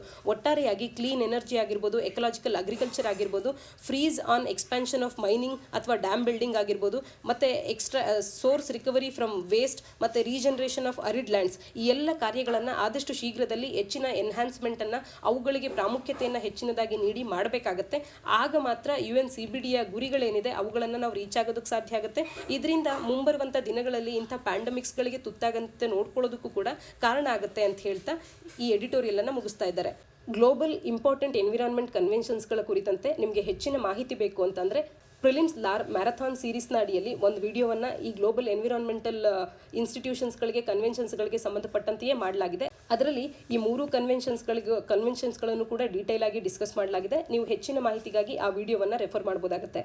ಮುಂದಿನ ಎಡಿಟೋರಿಯಲ್ ಬ್ರೌಲಿಂಗ್ ಇನ್ ಕ್ಲೀವ್ಲ್ಯಾಂಡ್ ಅನ್ನೋದಾಗಿದೆ. ಇಲ್ಲಿ ಡೆಮೊಕ್ರೆಟಿಕ್ ಪಕ್ಷದ ಅಭ್ಯರ್ಥಿಯಾಗಿರ್ತಕ್ಕಂಥ ಜೋ ಬಿಡನ್ ಅವರು ಮತ್ತು ರಿಪಬ್ಲಿಕ್ ಪಕ್ಷದ ಅಭ್ಯರ್ಥಿಯಾಗಿರ್ತಕ್ಕಂಥ ಟ್ರಂಪ್ ಅವರು US ಎಲೆಕ್ಷನ್ಸ್ನ ಕುರಿತಂತೆ ಅವರು ಡಿಬೇಟ್ಸ್ಗಳು ಏನು ನಡೀತಾ ಇದ್ದಾರೆ ಅದರ ಒಂದು ಮೊದಲ ಡಿಬೇಟ್ ಅನ್ನುವಂಥದ್ದು ಆಗಿದೆ. ಆ ಮೊದಲ ಡಿಬೇಟ್ನಲ್ಲಿ ಪಾಲಿಸೀಸ್ಗಳನ್ನು ಶೋಕೇಸ್ ಮಾಡುವಂಥ ಒಂದು ಮೊದಲ ಆಪರ್ಚುನಿಟಿಯನ್ನು ಎರಡೂ ಪಕ್ಷದ ಮುಖ್ಯಸ್ಥರಾಗಿ ಅಂದರೆ ಎರಡೂ ಪಕ್ಷದಿಂದ ಮುಖ್ಯ ರೆಪ್ರೆಸೆಂಟೇಟಿವ್ಸ್ಗಳಾಗಿ ಏನಿದ್ದಾರೆ ಇವರು ಕಳ್ಕೊಂಡಿದ್ದಾರೆ ಅನ್ನೋದನ್ನು ಲೇಖಕರು ಅಭಿಪ್ರಾಯ ಪಡ್ತಾ ಒಂದು ಎಡಿಟೋರಿಯಲನ್ನು ಬರೆದಿರ್ತಕ್ಕಂಥದ್ದು. ಇದು ಅಷ್ಟು ಹೆಚ್ಚಿನ ಪ್ರಾಮುಖ್ಯತೆಯನ್ನೇನು ಹೊಂದಿಲ್ಲ. ನಿಮ್ಮ ಒಂದು ರೆಫರೆನ್ಸಿಗೆ ಒಂದು ಬಾರಿ ಇದನ್ನು ನೀವು ಓದ್ಕೊಳ್ಬೋದಾಗುತ್ತೆ. ನಿನ್ನೆಯ ಸುದ್ದಿ ವಿಶ್ಲೇಷಣೆಯಲ್ಲಿ 2 ಪ್ರಶ್ನೆಗಳನ್ನು ನಾನು ಕೇಳಿದ್ದೆ. ಭಾರತದ ಕಂಟ್ರಿಯ ಬಟರ್ಫ್ಲೈ ಆಗಿ ಒಂದು ಬಟರ್ಫ್ಲೈಯನ್ನು ಡಿಸೈಡ್ ಮಾಡಬೇಕು ಅನ್ನುವಂಥ ಒಂದು ಕ್ಯಾಂಪೇನ್ ನಡೀತಾ ಇದೆ. ಇದರ ಹಿನ್ನೆಲೆಯಲ್ಲಿ ಭಾರತದಲ್ಲಿ ಯಾವ ರಾಜ್ಯ ಮೊದಲ ಬಾರಿಗೆ ತನ್ನ ರಾಜ್ಯದ ಚಿಟ್ಟೆಯನ್ನು ಅಥವಾ ಸ್ಟೇಟ್ ಬಟರ್ಫ್ಲೈಯನ್ನು ಮೊದಲಿಗೆ ಡಿಕ್ಲೇರ್ ಮಾಡಿತ್ತು ಅನ್ನುವಂಥ ಪ್ರಶ್ನೆಯನ್ನು ಈಗಾಗಲೇ ನಾವು ಪ್ರಿಲಿಮ್ಸ್ನಲ್ಲಿ ನೋಡಿದ್ವಿ. ಅದೇ ಪ್ರಶ್ನೆಯ ಉತ್ತರವನ್ನು ನೀಡಿ ಅಂತ ಹೇಳಿ ನಾನು ಕೂಡ ಕೇಳಿದ್ದೆ. ಮಹಾರಾಷ್ಟ್ರ ಮೊದಲ ರಾಜ್ಯವಾಗಿದೆ ಭಾರತದಲ್ಲಿ ಸ್ಟೇಟ್ ಬಟರ್ಫ್ಲೈಯನ್ನು ಡಿಕ್ಲೇರ್ ಮಾಡಿದಂಥ ರಾಜ್ಯ. ಬ್ಲೂ ಮರ್ಮನ್ ಅಥವಾ ಅದರ ಸೈಂಟಿಫಿಕ್ ನೇಮ್ ಪೆಪಿಲಿಯೋ ಪಾಲಿಮೆನ್ಸ್ಟರ್ ಅನ್ನುವಂಥ ಒಂದು ಬಟರ್ಫ್ಲೈಯನ್ನು ಇಲ್ಲಿ ನಾವು ನೋಡ್ಬೋದಾಗತ್ತೆ. ಇದು ಮಹಾರಾಷ್ಟ್ರದ ಸ್ಟೇಟ್ ಬಟರ್ಫ್ಲೈ ಆಗಿರುವಂಥದ್ದು. ಹಾಗೆ ಕರ್ನಾಟಕದ ಸ್ಟೇಟ್ ಬಟರ್ಫ್ಲೈ ಯಾವುದು ಅನ್ನೋದನ್ನು ನಿನ್ನೆ ನಾನು ಹೇಳಿದ್ದೆ. ಮತ್ತೊಮ್ಮೆ ಇಲ್ಲಿ ನೆನಪಿಸ್ಕೊಳ್ಳೋಣ. ಟ್ರಾಯ್ಡಸ್ ಮೈನಸ್ ಅನ್ನುವಂಥ ಸೈಂಟಿಫಿಕ್ ನೇಮನ್ನು ಹೊಂದಿರುವಂಥ ಸದರನ್ ಬರ್ಡ್ ವಿಂಗ್ ಅನ್ನುವಂಥ ಇಲ್ಲಿ ನೋಡಬಹುದಾದಂಥ ಈ ಬಟರ್ಫ್ಲೈಯನ್ನು ಕರ್ನಾಟಕದ ಬಟರ್ಫ್ಲೈ ಅಂತ ಕೂಡ ಸ್ಟೇಟ್ ಬಟರ್ಫ್ಲೈ ಅಂತ ಹೇಳಿ ಕೂಡ ಗುರುತಿಸುವಂಥದ್ದು. ಹಾಗೆ ನಾನು ಮತ್ತೊಂದು ಪ್ರಶ್ನೆಯನ್ನು ಕೇಳಿದ್ದೆ, GST ಕೌನ್ಸಿಲಿನ ಚೇರ್ಮನ್ ಯಾರಾಗಿರ್ತಾರೆ ಅಂತ ಹೇಳಿ. ಇದಕ್ಕೂ ಕೂಡ ಸಾಕಷ್ಟು ಮಂದಿ ಕಮೆಂಟ್ ಸೆಕ್ಷನಲ್ಲಿ ಉತ್ತರವನ್ನು ನೀಡಿದ್ದೀರಾ. ಕಮೆಂಟ್ ಸೆಕ್ಷನಲ್ಲಿ ಸರಿಯಾದ ಉತ್ತರವನ್ನು ನೀಡಿರ್ತಕ್ಕಂಥ ಎಲ್ಲರಿಗೂ ಕೂಡ ಅಭಿನಂದನೆಗಳು. GST ಕೌನ್ಸಿಲನ್ನು ಯಾವೊಂದು ಆರ್ಟಿಕಲ್ನ ಅಡಿಯಲ್ಲಿ ರಚನೆ ಮಾಡಲಾಗುತ್ತೆ ಅನ್ನೋದನ್ನು ನಾವೀಗಾಗಲೇ ಈ ವರ್ಷದ ಮೊನ್ನೆಯಷ್ಟೇ ನಡೆದಂಥ ಪ್ರಿಲಿಮ್ಸ್ನಲ್ಲಿ KPSC ಪ್ರಿಲಿಮ್ಸ್ನಲ್ಲಿ ನೋಡಿದ್ವಿ. ಇದಕ್ಕೆ ಆರ್ಟಿಕಲ್ 279A ಅನ್ನೋದನ್ನು ನಾವು ಮರಿಬಾರ್ದು ಅನ್ನೋ ದೃಷ್ಟಿಯಿಂದ ನಾನು ಮತ್ತೊಮ್ಮೆ ಹೇಳ್ತಾ ಇದ್ದೀನಿ. GST ಕೌನ್ಸಿಲಿನ ಚೇರ್ಮನ್ ಯಾರಾಗಿರ್ತಾರೆ ಅಂದಾಗ ಫಿನಾನ್ಸ್ ಮಿನಿಸ್ಟರ್ ಅವರು ಯಾರಿರ್ತಾರೋ ಅವರು GST ಕೌನ್ಸಿಲಿನ ಚೇರ್ಮನ್ ಆಗಿರ್ತಾರೆ. ಈಗಿನ GST ಕೌನ್ಸಿಲಿನ ಚೇರ್ಮನ್ ನಮ್ಮ ಫಿನಾನ್ಸ್ ಮಿನಿಸ್ಟರ್ ಆಗಿರ್ತಕ್ಕಂಥ ನಿರ್ಮಲಾ ಸೀತಾರಾಮನ್ ಅವರಾಗಿದ್ದಾರೆ. 101ನೇ ಸಾಂವಿಧಾನಿಕ ತಿದ್ದುಪಡಿಯ ಮೂಲಕ ಜಿಎಸ್ಟಿ ಕೌನ್ಸಿಲ್ ಇವೆಲ್ಲವೂ ಕೂಡ ಜಾರಿಗೆ ಬಂದಿದ್ದು ಭಾರತದಲ್ಲಿ. ಇದಿಷ್ಟು ನಮಗೆ ಜಿಎಸ್ಟಿ ಬಗ್ಗೆ ನೆನಪಿರಬೇಕಾಗತ್ತೆ. ಇದಿಷ್ಟು ಇಂದಿನ ಸುದ್ದಿ ವಿಶ್ಲೇಷಣೆಯಾಗಿದೆ. ನಾಳಿನ ಸುದ್ದಿ ವಿಶ್ಲೇಷಣೆಯೊಂದಿಗೆ ಮತ್ತೆ ಸಿಗೋಣ. ಧನ್ಯವಾದ.